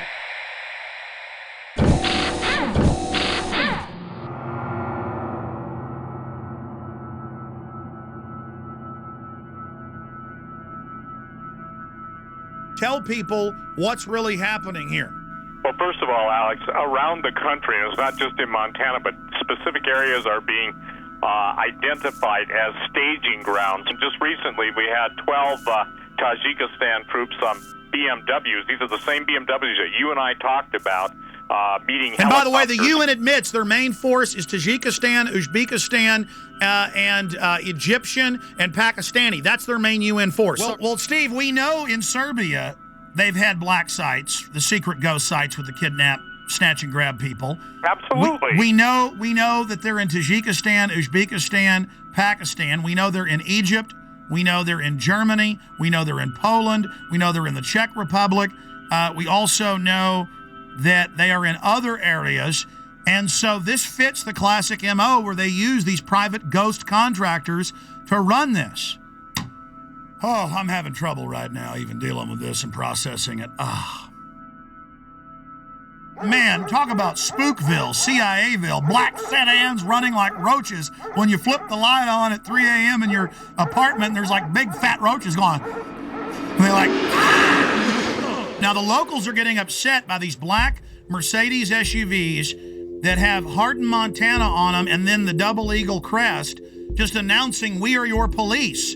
This is insane. Men with foreign accents stomping around. I mean, this is Red Dawn happening. And the local officials are going, yeah, we've been told they run the camp and that they run the town now. I mean, this is Twilight Zone.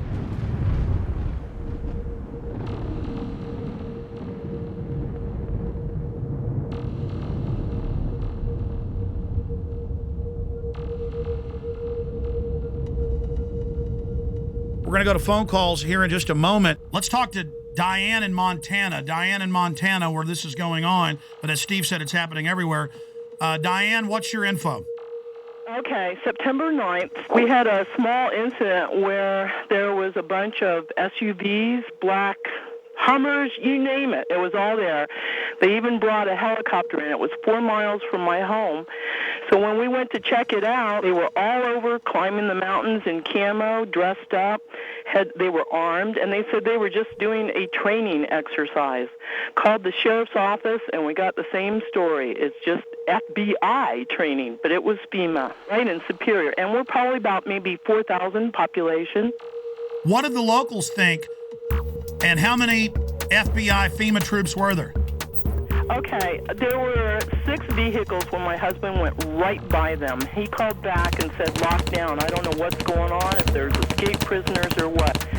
Same time helicopter came through, right overhead. Called his secretary who was coming in on I-90, told her to check that area out and look at it, and that's when she saw all the camo guys all over the mountainside just crawling up. Asked around town, people didn't think anything about it.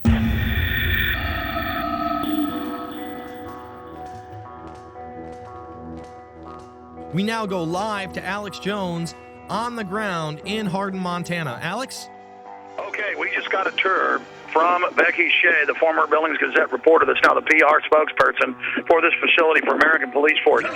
She admitted that it'll be a foreign paramilitary mercenary training facility. She admitted that it's going to be a detention facility. The point is this is just off the charts. They're now doing massive damage control. They're about to give us a tour of the outside of the facility. I just got a tour of only one wing of this gigantic $27 million facility. They would not let us into most of the areas.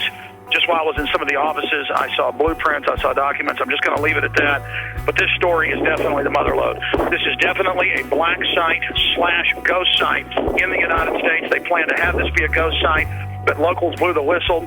They were definitely going to try to become the police through the Two Rivers Authority, basically taking over the town of Hardin.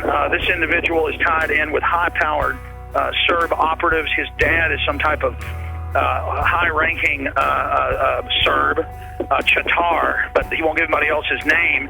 Then you have this Hilton character. Again, that's a fake name. He's Serbian. There are German troops here, German paramilitaries, British paramilitaries, but they're keeping back from us deeper in the facility. Yes, I am in one of the black Mercedes-Benz SUVs inside the detention center. Becky is I'm going to be using the phone as a microphone so she can give us a live report. Becky, what about Blackwater connections? We've been hearing a lot about that, and the company and several places has bragged that they have Blackwater connections. I've heard so many names that it's just absolutely phenomenal to me. We're not disclosing the name of our parent company, and that's it. We're not disclosing the name of our parent company. We stand alone. Well, there's a parent company. Well, there is a parent company of American Police Force. There is an umbrella company. American Police Force stands alone as a corporation, and we are American Police Force. We are who we are. But if it's a secretive group owned by a secret group and it's headed by a 14-time felon, and then they were putting police decals on their vehicles the first few days, I mean, don't people have a right to be a little bit concerned about this, Becky? There are newscasts for saying they wanted this be Guantanamo Bay West. That was on CNN. That was not American Police Force, and I'd ask you to go back and recheck your sources. That was too. So they've not been requesting to have this as a facility to hold detainees? No, sir. And please, everyone, listen carefully. Two Rivers Detention Facility will not hold Guantanamo Bay nor other multinational offenders. We're a minimum and medium. Why did I see documents on the wall, blueprints saying foreign alien detention facility? This is real. This is a ghost site / black site that we have on. This is a FEMA center they want to hold. She was telling me I saw blueprints all over the place, scanning them quickly. As I was walking through the facility, and she'd say, "Oh, don't tape that," or "Don't show that." Where it was saying alien detention, troop barracks, processing facilities. She admitted they're going to do training to process people and to go out and set up checkpoints with CAT scan scanners, is the way she called it, to scan people's goods.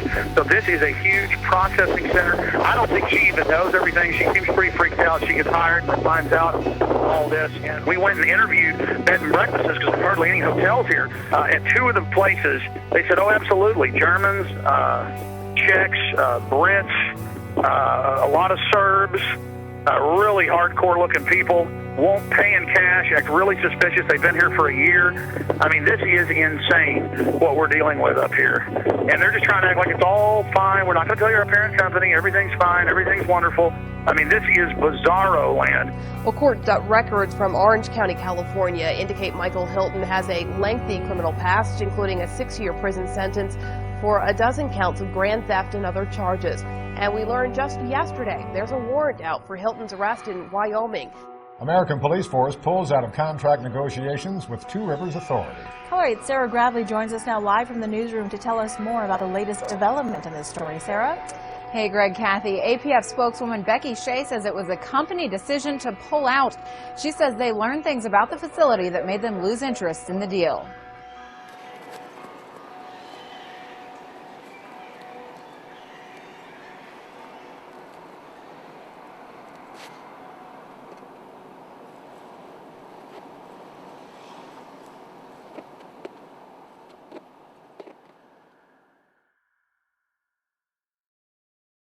We interrupt our regular program schedule for a special report. Here is Wall Street Journal. KBR awarded Homeland Security contract worth up to $385 million to build 3 1 million person FEMA camps in the United States. It says the ICE detention and removal operations program can be used for illegal aliens and for U.S. citizens and for other emergencies. Here's the New York Times. Halliburton subsidiary gets contract to add temporary immigration detention centers. Just like under Rex 84, the documents came out in the 80s. They said the cover would be for illegal aliens, but it would be really a martial law takeover plan and to suspend the Constitution and take over the media. So there's the New York Times we have saved up on prisonplanet.com.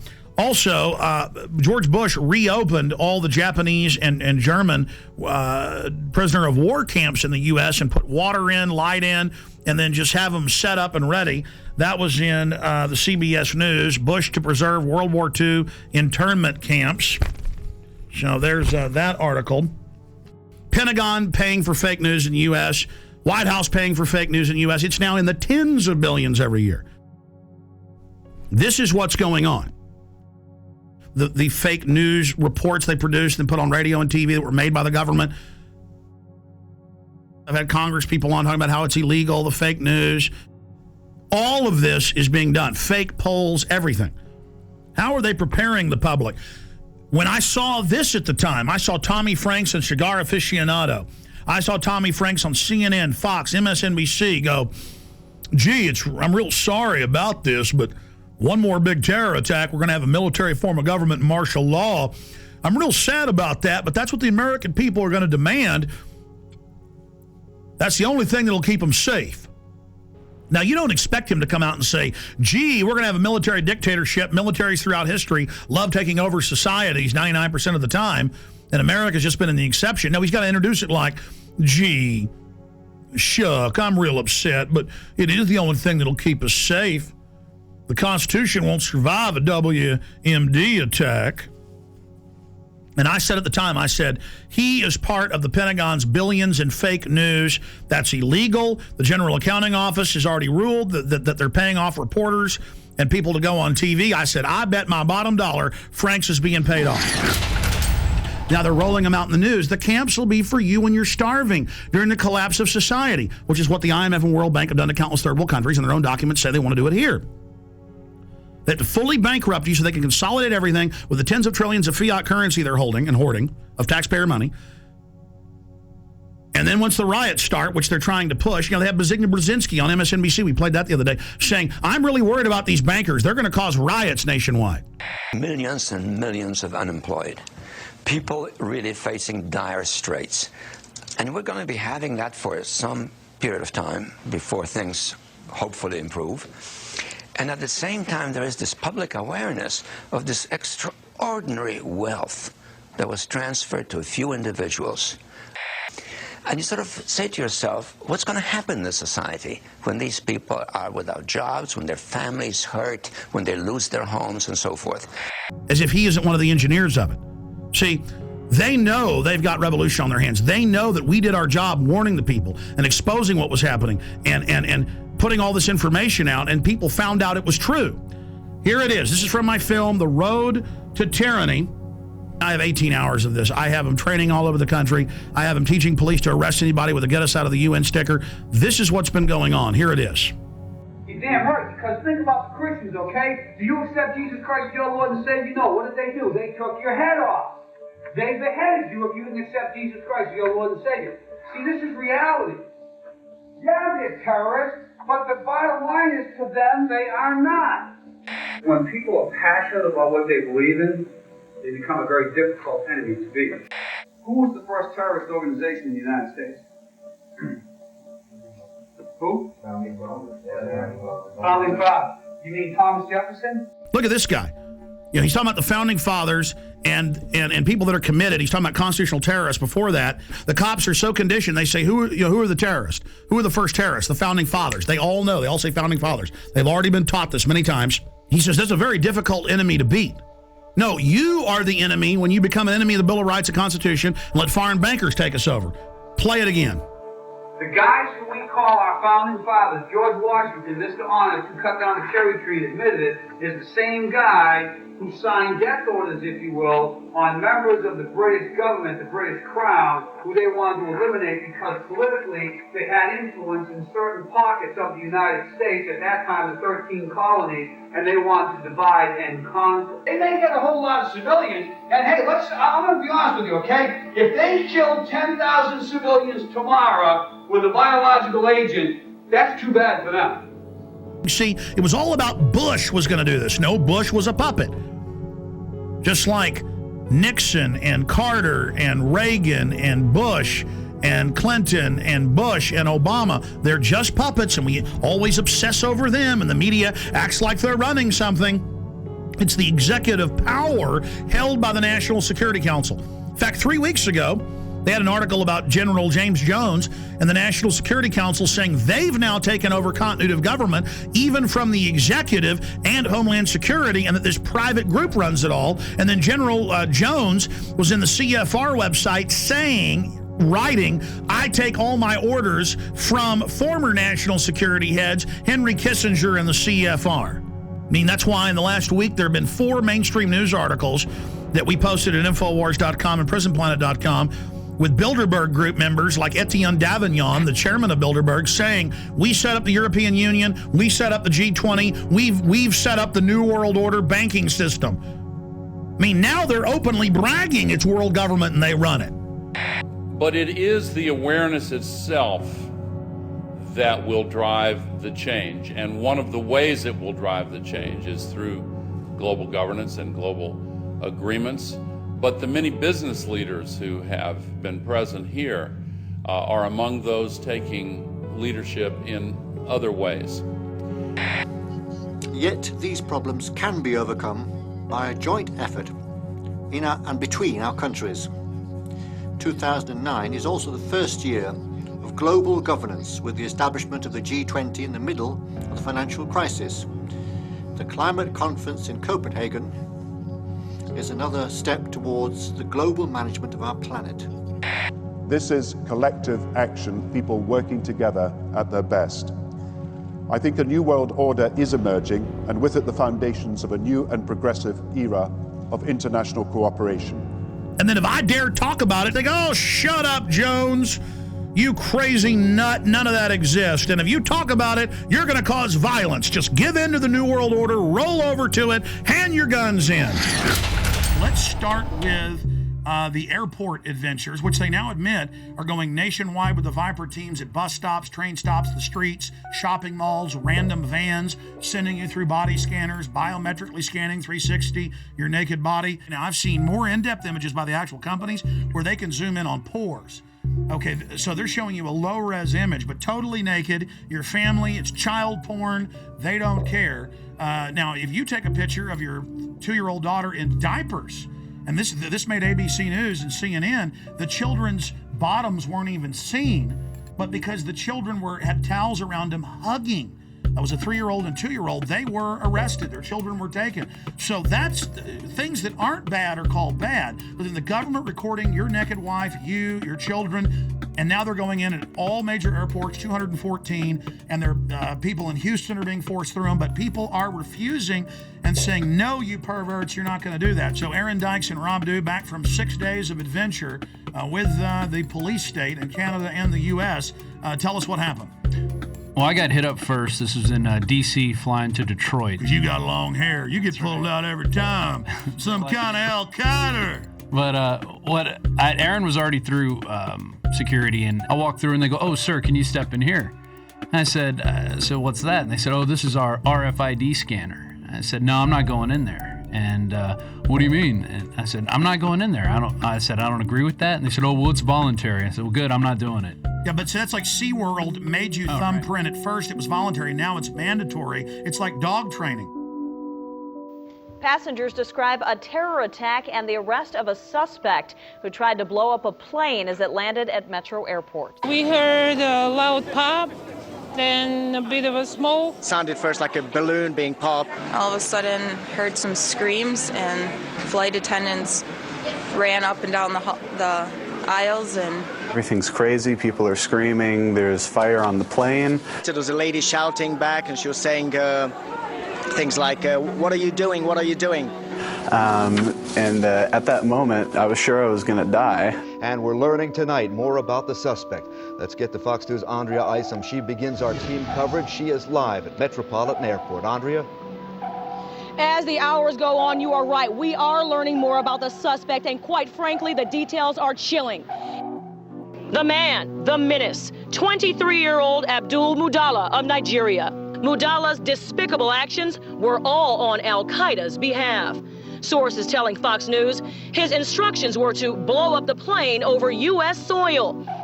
The intelligence community knew about Umar Farouk Abdulmutallab weeks ago and failed to spread word that would have put him on the no-fly list. The father of the suspect in the Christmas incident warned U.S. officials in Africa about his son's extremist views. That a report was prepared and it was sent on to the CIA in Langley, Virginia, CIA headquarters, but it was not disseminated to the wider intelligence community. Obviously, when you have a father coming in and talking to the embassy about a son who's radicalized, gives the embassy the passport number, the first thing you would think is a very fast effort to see if the person's got a visa and suspend the visa. One of the things you don't know about is the number of people that we have turned away because their name has been on the watch list or on the no-fly list. Only my mom could, but not me and my dad, because both me and my dad are on the watch list. Tough to believe, but 8 years later, we are still talking about connecting the dots and a failure to communicate. Call for immediate reviews on how this guy got on the plane and how he was able to get some explosives on the plane. So we got a while to go. This is a controlled patsy. Facts are facts. You can have your own opinions, but you can't have your own facts. And we have this same pattern that we've seen again and again. We have these individuals that have very limited mental equipment, but nevertheless they're able to work miracles. In other words, they can do things that a normal person would never be able to do. You'd be arrested, you'd be questioned, you'd be searched, you'd be stopped in some way. He gets out of countries, he's disheveled, looks like he's drugged, stumbling around. I mean, this is classic. He doesn't get on any serious list of for scrutiny or special search. And then we have this famous story of the well-dressed Indian who accompanies him. I saw two men, and they caught my eye because they seemed to be an odd pair. One was what I would describe as a poor-looking black teenager around 16 or 17, and the other man, a age 50-ish, wealthy-looking Indian man, and I was just wondering why they were together. Kind of strange. And I watched them approach what I would call the ticket agent, the final person that checks your boarding pass before you get on the plane. He gets from one plane to another thanks to this patsy minder, a patsy chaperone or patsy monitor. The only person that spoke was the Indian man, and what he said was, this man needs to board the plane, but he doesn't have a passport. And the ticket agent responded, well, if he doesn't have a passport, he can't get on the plane. To which the Indian man responded back, he's from Sudan, we do this all the time. And the ticket agent said, well, then you'll have to go and talk to my manager. And she directed them down a hallway. And that was the last time that I saw the Indian man, and the black man I didn't see again until he tried to blow up our plane. And I'd be interested to see, is there a passport? Won't the FBI please show us a passport if there is one? They won't release the videos from Amsterdam. I mean, this is suspicious. Oh, yes. I think it's beyond suspicious. It's a clear case of a patsy. So he's a controlled asset. And, of course, it's not a matter of failure to connect the dots. We're hearing all about the unconnected dots. No, this is the desired outcome. Let me just point out a couple of other things here. We're told that this alleged bomber, right, Knicker bomber, whatever they call him, he was in contact with this character Awlaki in Yemen. And, of course, this Awlaki, I call him Awlaki the CIA lackey. Awlaki the lackey, and remember, he's a CIA lackey. He's a double agent, a triple agent, if you want. He is used as a kind of beacon to recruit patsies across the world, and they can only sheep dip somebody like Major Hassan. If they want to say, you're linked to Al-Qaeda, they just have you exchange a few emails with this Al-Awlaki, and that's what he's good for, right? He goes back to 9/11 and Hani Hanjour. So this guy is he's a U.S. agent under whatever layers of garb that he's got. The other thing is, how was this young patsy Omar Farouk Muttalib? How is he radicalized? And I think we're getting some pretty good indications that it's this Brixton Mosque, Finsbury Mosque axis in London, the school for patsies, the British patsy. Which, by the way, 6 months ago, I remember it, you predicted we'd see plane bombings out of that mosque. This is not so hard to do. Remember Richard Reed, mentally retarded vagrant who was sleeping on the floor of Brixton Mosque, I think. He was given the same PETN explosive by somebody, so that's what this Omar Farouk was given then, allegedly, once again in Yemen. So you can see it fits together, and it all comes from these same places. There are reports today that the Christmas Day body bomber met with an American-born radical cleric, Anwar al-Awlaki. He's believed to be living in Yemen, al-Awlaki is. He's not only been linked to al-Qaeda in the past, but he reportedly exchanged emails with the suspected Fort Hood shooter, Nidal Hassan, before that shooting massacre in Texas. I would also point out that the security company at Schiphol Airport is ICTS, which is a Israeli-owned firm. They were the same firm that allowed Richard Reed, the shoe bomber, to board the flight, the American Airlines flight to Miami. Same explosive material was found in his shoes as was found in Mr. Muttalib's underwear. They ignored the threats on purpose. Obviously, this, we had a lot of people sitting at home over the Christmas holidays, families gathered around a television set. Another terror attack, huge problems for travel now. When we talk about screenings at the airport and other protective mechanisms along the way, what should we be doing that clearly we're not? The scanning machines that we currently are beginning to deploy in the U.S. that would give us the ability to see what someone has concealed underneath their clothing.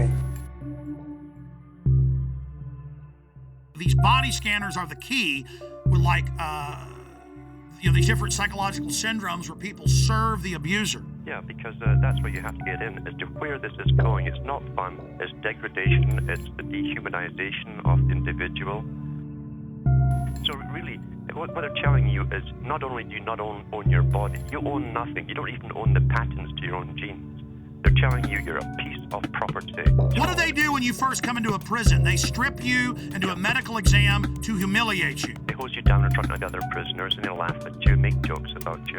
When Aaron went through, it was even worse because I was behind him. Yeah, I went through. He told me to go through the scanner, and I said no. He said, "Why aren't you going to do it?" I said, "It violates my privacy." And this is what happened. This guy got scared. This guy was physically bigger than me. He was athletic. He started shaking when I said no. You think it doesn't matter to because it's a delusional world. He thought he'd found a real terrorist. Yeah. He was shaking, visibly shaking when I said no. And he tried to trick me to go through it again and told me they were going to body wand me, which they ended up doing. And then he tells me, "Oh, because I don't like it because it violates my Fourth Amendment, I read too much." Oh, you're one of those who reads too much. And you said he put his hands on you. Oh, yeah. Oh, yeah, he grabbed When I said no, like this. He started shaking. He didn't know what to do, and then his first flinch reaction was to grab my arm and try to pull me through the scanner.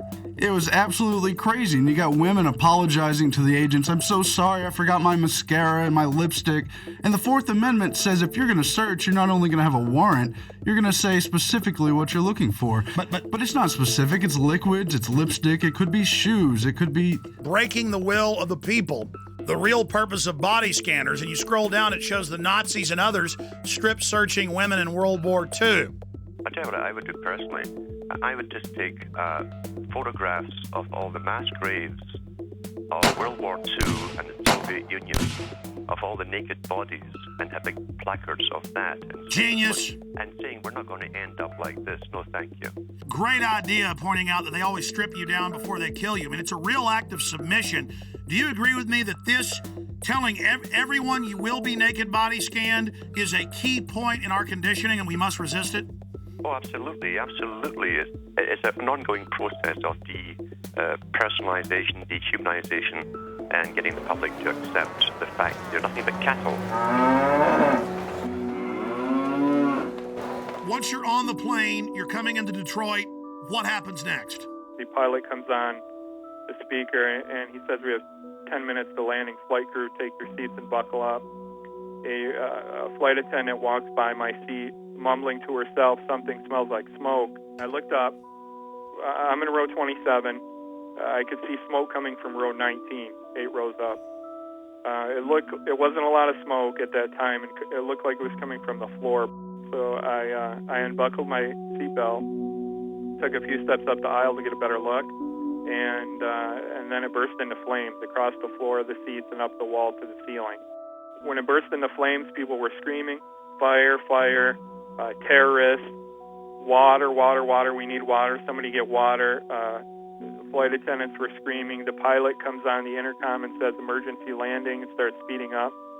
And while this is going on, the terrorist man's being hauled off into the first class area by a couple passengers. We are 5 days into this, and we've not seen any surveillance footage. The media doesn't seem concerned about eyewitnesses seeing a man videotaping the whole flight aimed at this guy. When we first took off, I noticed about 10 seats ahead of us to the left-hand side, he had a camcorder, and I didn't think much of it. I thought maybe this was his first flight and was just excited. And then when the actual incident occurred, I looked up, and he was the only one standing and filming the entire thing. That's obvious, an accomplice or a handler or something. We've got this other guy getting him through security. I mean, any other comments? When we were being detained in Detroit, we were held in an area of the baggage claim area. All the passengers from our flight, there was nobody except for some law enforcement personnel. After we had been there for about an hour, all the time with our carry-on bags, 3 bomb-sniffing dogs were brought in. One of them sat down by the bag that was brought in by the man in orange. He had an orange. He appeared to be of Indian or Pakistani or some similar descent, maybe around age 30. He was walked back to a room, not in handcuffs. He went in the door. He was in there approximately an hour. When he came out, he was handcuffed, taken away. An FBI officer came up to the group of the rest of us passengers and said the following, which is not exact but close: "You're being moved to another area. It's not safe here. I'm sure all of you saw what just happened and can figure out why you're being moved." We were taken to a customs area, and they brought bomb dogs in, checked all the luggage with that. Another person was taken aside and handcuffed and brought out, and we were moved into another room for safety reasons, they told us. My story on this has been the same all along, and the FBI now has 5 versions of their story, which I clearly lay out with a time period and with each version, and they're not credible. There is absolutely no excuse for the reason why. Number one, we were left on the plane for 20 minutes, not knowing if there was another bomb there. Number 2, security allowing us to take our carry-on bags off the plane, and we stood there with all of our bags together for an hour until the bomb-sniffing dogs arrived.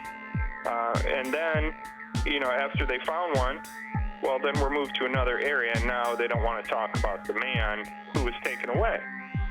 You were there. They didn't stop him for immigration violations. The dog went over and sat down in front of his bag. The alert for explosives. Right. Exactly. Unless this is a passport-sniffing dog. This is a huge story, one of the biggest out there. The FBI is on this full time. They know what's going on. Why are they being dishonest? And how do we investigate this when the investigators themselves are engaged in clear obstruction of the truth? I don't know how else to take it. It's either utter incompetence or intentionally hiding something, and I don't know how to take it. And still, we're now, 8, 9 days into this, and we still haven't seen the Amsterdam footage. Well, and also, why aren't we seeing the video of when he's going through metal detector, passport check, and boarding? This is a modern airport. You'd think they would have video of all this of some sort. They didn't say, "Oh, we'll look at that." They just said, "No, there was no one helping him," which is very suspicious, instead of just putting the footage out. If somebody robs a bank or holds up a gas station, well, there's video footage of the incident on the 11 o'clock news, usually that very night. If I'm not correct, well, show the video. What are you hiding?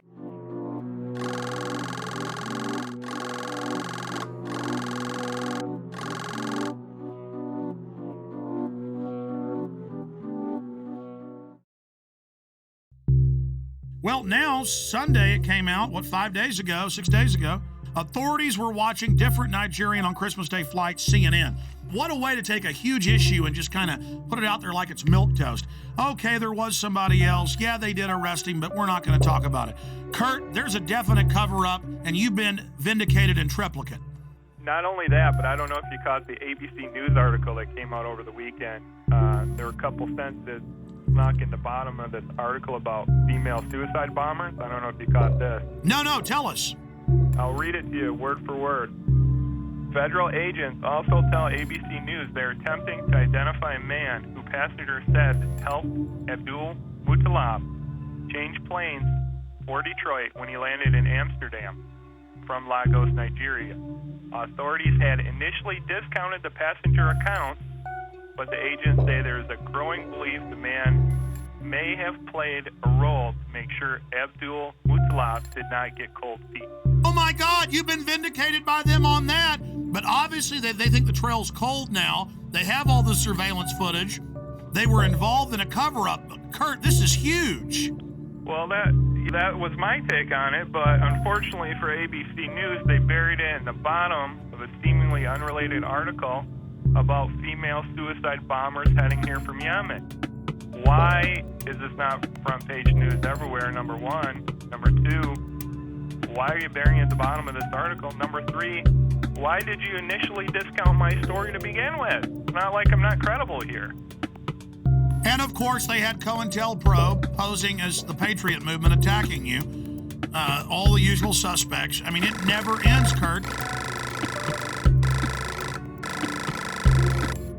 We are, of course, going to get into the top story today. In plain view, as if it's no big deal, DetroitNews.com. Okay, it was a U.S. government agent that was the smart-dressed man that led Umar Farouk al-Matab, or the underwear bomber, on to the aircraft in Amsterdam. After a month plus of lying and saying that no such man existed, and saying no one else was pulled off the plane in Detroit, supposedly with a bomb. Now they've admitted that happened as well. Kurt Haskell, the lawyer, and his lawyer wife, they've both on record have been proven right with other witnesses. And you add how they were already getting in Yemen. That's now confirmed, Washington Post. They were planning to already launch a bigger attack, 2,000 troops there. And then right on time, right as the body scanners were scheduled to go in January nationwide. That was already scheduled, folks. They're saying on the news, oh, now we're doing this. Now, I went and looked it up. They were scheduled to go in the additional 214 airports. They were in less than 20. So although we have acquired these machines, they are not as widely deployed as they should be. In your current role as a consultant, do you have an interest in body scanners? We consult with all kinds of firms, including firms that do manufacture body scanners. You do have some interest in more sales of body scanners. As well as a lot of other security measures. But I would point out that I've talked about this for probably the last 3 years. Read what the scanners do to your body. And the TSA guys, again, you need to know why you're going to be dying in 5 years of cancer. Go ahead. And then we find this article about terahertz waves, which is what they use to do this scanner. This came in today. And according to one of their studies, I'm just going to read this real quick. Terahertz waves are in the electromagnetic spectrum between microwaves and infrared, and they pass through non-conductive materials such as clothes, paper, wood, and brick. They say the forces that are generated by these THZ fields are tiny and resonant effects that allow the THZ waves to unzip double-stranded DNA, creating bubbles in the strand that could significantly interfere with processes such as gene expression and DNA replication. So step in the microwave. And of course, the fools don't know that the reports you've pulled up and I've looked at, these things are leaking. But the TSA guys are going to love dying of cancer. Oh, yeah. This is fun. Surrounding it. They're all around it. The thing's right there. Well, see, that's kind of the good thing, though. See, evil always gets judged. These guys make excuses. They're going to make excuses about scanning naked children, scanning naked women and men. They're going to make excuses about how it doesn't hurt you. They're the ones that are going to die first. Oh, yeah. 8 hours a day standing around it. And I'm sad for them, but this is what they want. This is what they get. This is a test of the emergency alert system. Let's go ahead and play the clergy response team clip. Now, remember, before this became national news, we got the secret documents from pastors who've been recruited by FEMA. We posted the secret documents with FEMA phone numbers. Train your flocks to turn their guns in. Train your flocks to go to FEMA camps. Train your flocks to take forced inoculations. People didn't believe us, just like they didn't believe the MIAC report. Then, suddenly, local news began reporting it, but like it was a good thing. Now, listen, will martial law ever be a reality? And the preachers are there being paid by the government, faith-based initiative now continuing under Obama, to tell their flocks to do what they're told by the authorities, and the government's biggest threat is the American people. That's a quote. So this is specifically the pastors getting ready for us to go to FEMA camps. And there's thousands of pieces of evidence like this, and Glenn Beck's saying it doesn't exist. Here it is. Law ever become a reality in America? Some fear any nuclear, biological, or chemical attack on U.S. territory might trigger just that. And as KSLA News 12's Jeff Farrell discovered, the clergy would help the government with potentially their biggest problem, us. From my cold, dead hands. Charlton Heston's famous declaration captures a truly American value, the overarching desire to protect our freedoms. But gun confiscation is exactly what happened during the state of emergency following Hurricane Katrina in New Orleans. U.S. troops also arrived, something far easier to do even now thanks to last year's elimination of the 1878 Posse Comitatus Act. That forbid U.S. troops from policing on American soil. If martial law were enacted here at home, like depicted in the movie The Siege, easing public fears and quelling dissent would be critical.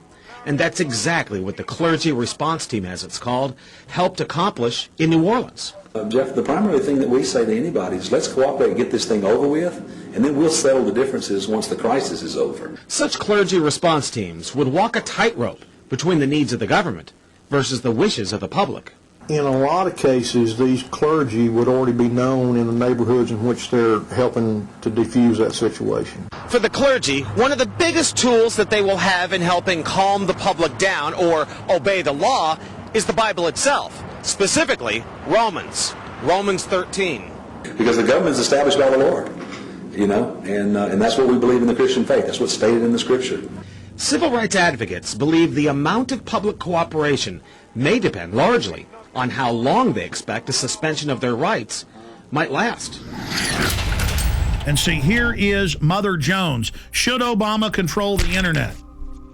It says right here, Senator John Rockefeller, goes by Jay Rockefeller, has announced they need to end the internet, that it's bad, and that private companies will have government hubs tied into them to snoop on everyone without warrants and to be able to shut down the web instantly. See, right now the government has to get warrants and go out and seize all the hubs.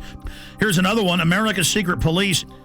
Intelligence experts warn the proposal to merge two Pentagon intelligence units could create an ominous new agency. And the head of cybersecurity just resigned 3 weeks ago, saying the Pentagon and Homeland Security are taking over the internet and it's a threat to freedom in America. So their own guys quitting, saying this takeover is happening.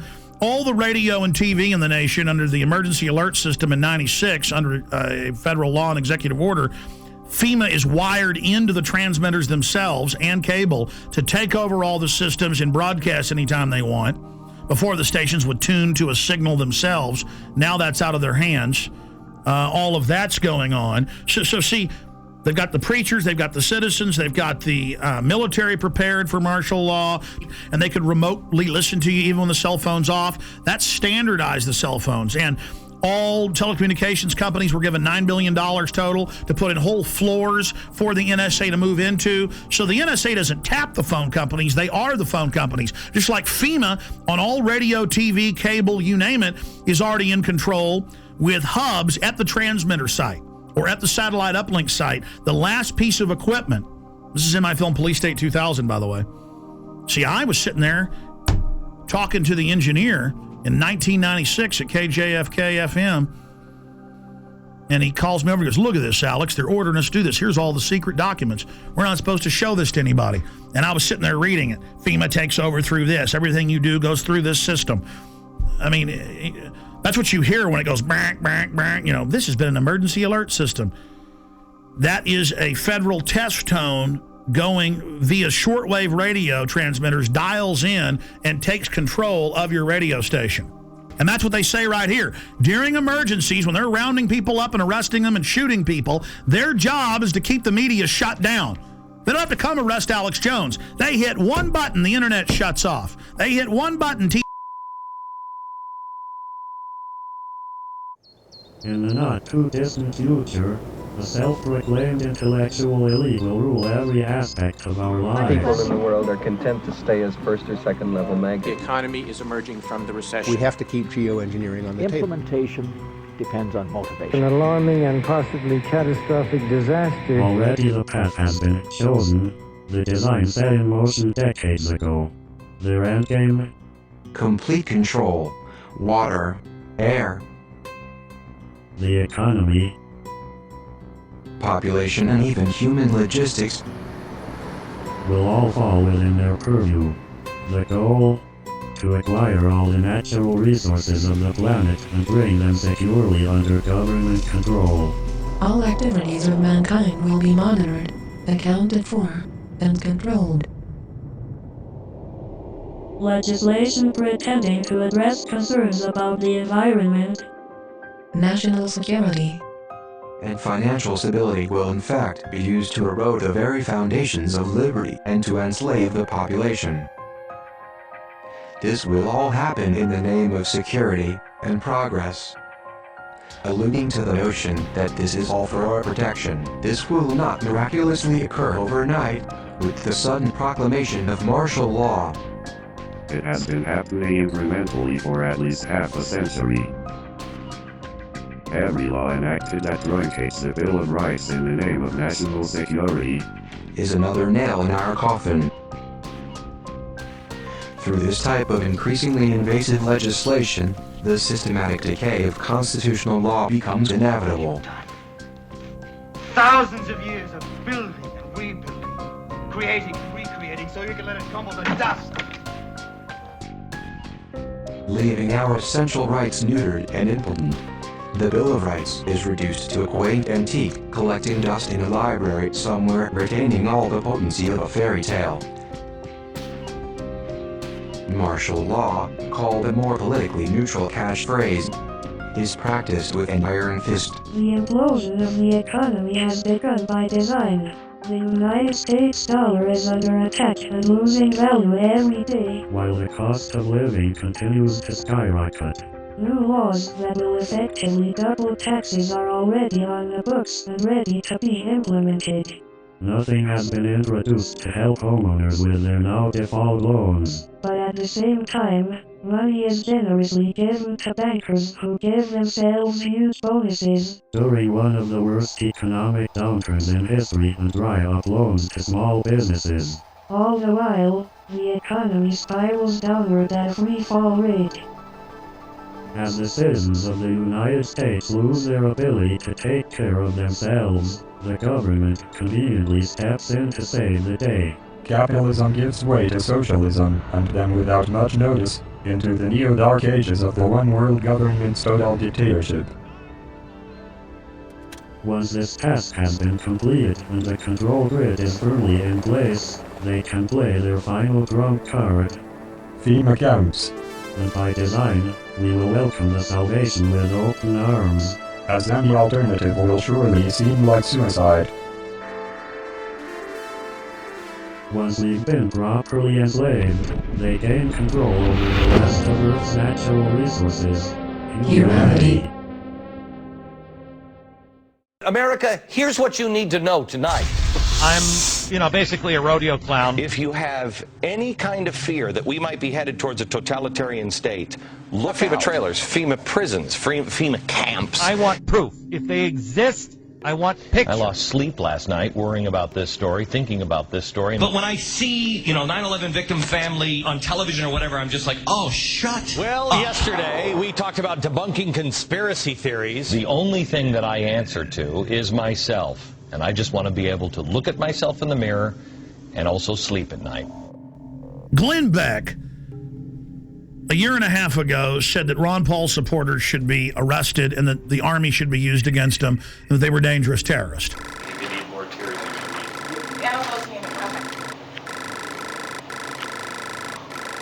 keep your eyes open. I know it's probably like impossible. Or that's what I'd have you believe. You know, it took me about a year to start hating the 9/11 victims' families. I don't hate all of them. I hate probably about 10 of them. Any of these 9/11 truthers who I've been telling you for years are dangerous. Guy Fawkes. This guy was a British terrorist who tried to overthrow the government by blowing up Parliament and killing everybody in it. Paul's supporters called the donations, and I'm quoting, a money bomb. It's really not the way I would go, you know, tying my movement in with a historical terrorist attack. You're right. There's a strain of isolationism and anarchy in the American tradition, which Ron Paul is tapping into.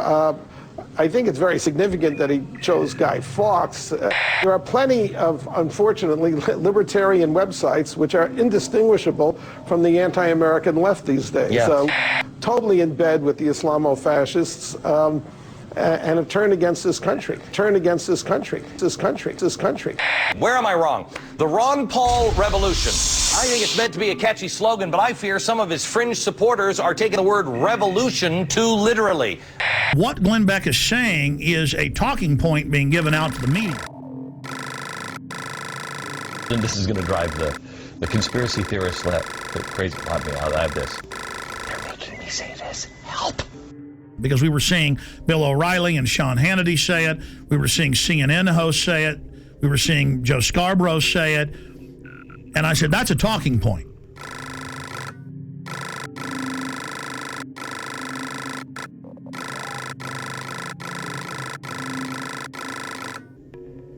And then suddenly he started saying a few months ago, I'm going to expose the FEMA camps. If these things exist, that's bad, and we will cover it. If they don't exist, it's irresponsible to not debunk this story. We have an independent group on this program looking into it, turning over every stone. I am going to bring you this story. He announced a few weeks ago, I'm going to have Popular Mechanics, the yellow journalist, on to debunk all of this.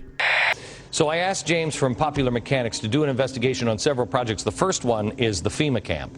Yes, and so we put a reporter on this, and what's so interesting here, we're waiting to really do a definitive deep dig on this. We don't like to just come out and say, oh, we've debunked it, you know, after we've looked at it for 2 days. And how is Glenn Beck debunking it? I have predicted tonight, we'll see if I'm right, that he will do a straw man and focus on the websites that are getting it wrong.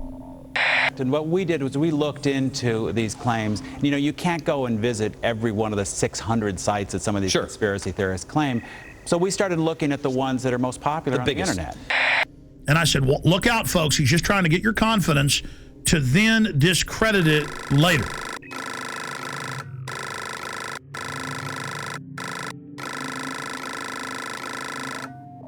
We mailed letters to Glenn Beck. I know people that work in his office. I contacted him and I said, here's the proof. If he wants it, we stand by to work with Mr. Beck if he isn't going to come out next week and say arrest all of us, basically like he was doing a year ago.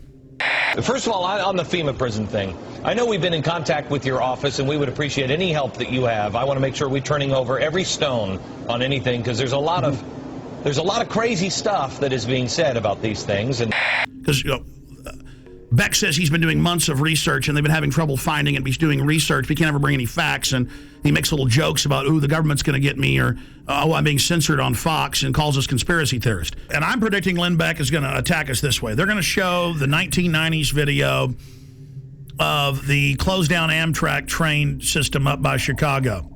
So we started looking at the ones that are most popular on the internet. Okay, and let's show the video. First, show me the video that is on the internet. This is one of the so-called, I guess, a death camp.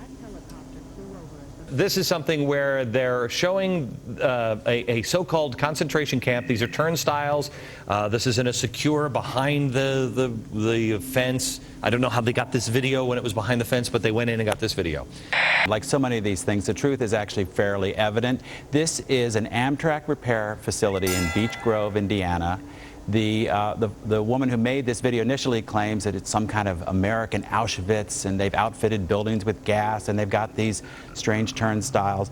In fact, it is a repair facility.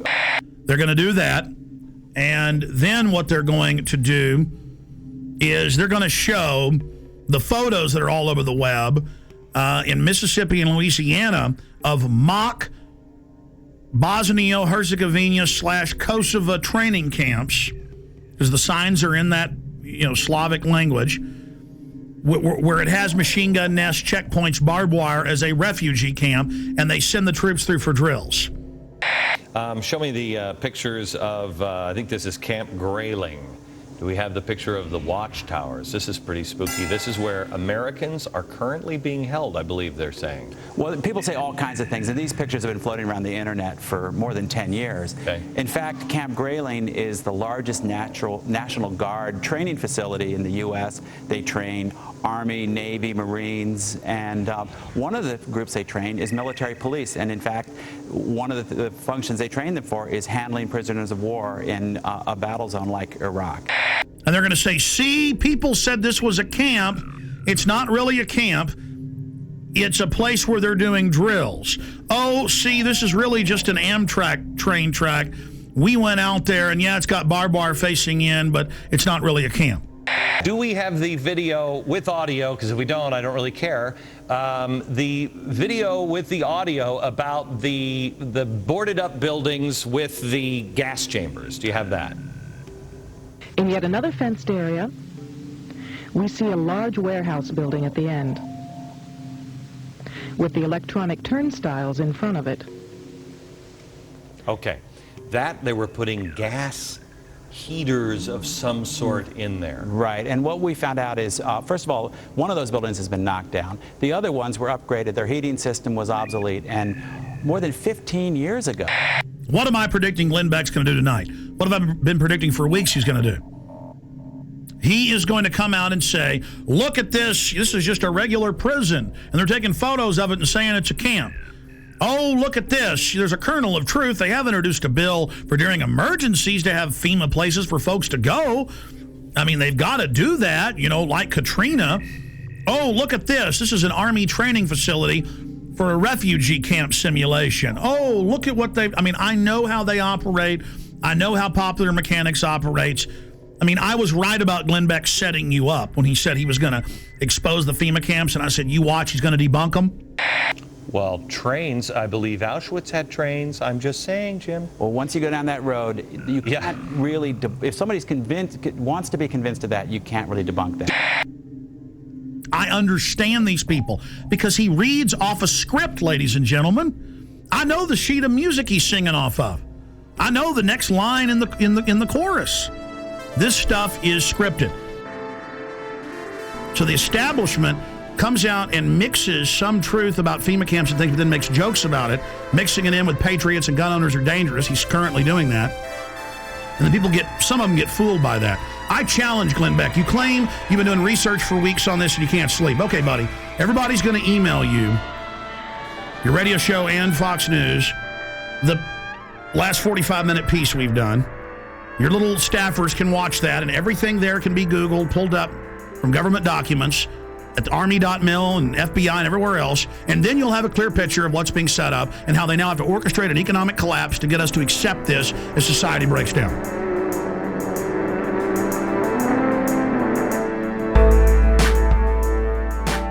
If Glenn Beck wants to know if the FEMA camps are real or not, all he has to do is go to the Army War College, the Army.mil website, the Army Times, and they say, and it's been all over the Phoenix newspapers, the police say they're ready to work with the military against the people, that their new mission is fighting the American people physically. Chaos is hanging around, put your ear to the ground and shudder from the sound.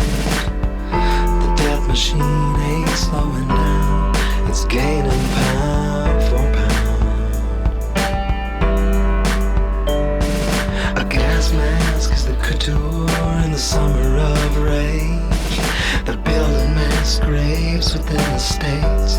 You and I, they'll vaccinate. They're preparing us for an all-out police state.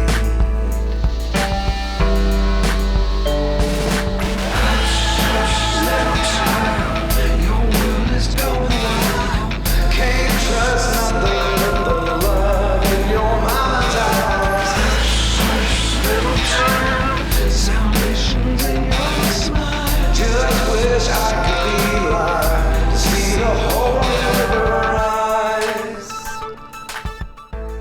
They state that Congress has no authority during emergencies and the president's basically absolute dictator. When Congress wanted to see the detailed documents, they were told you're not allowed to under national security. When Congress is co-equal to the president, that is dictatorship. Your world is going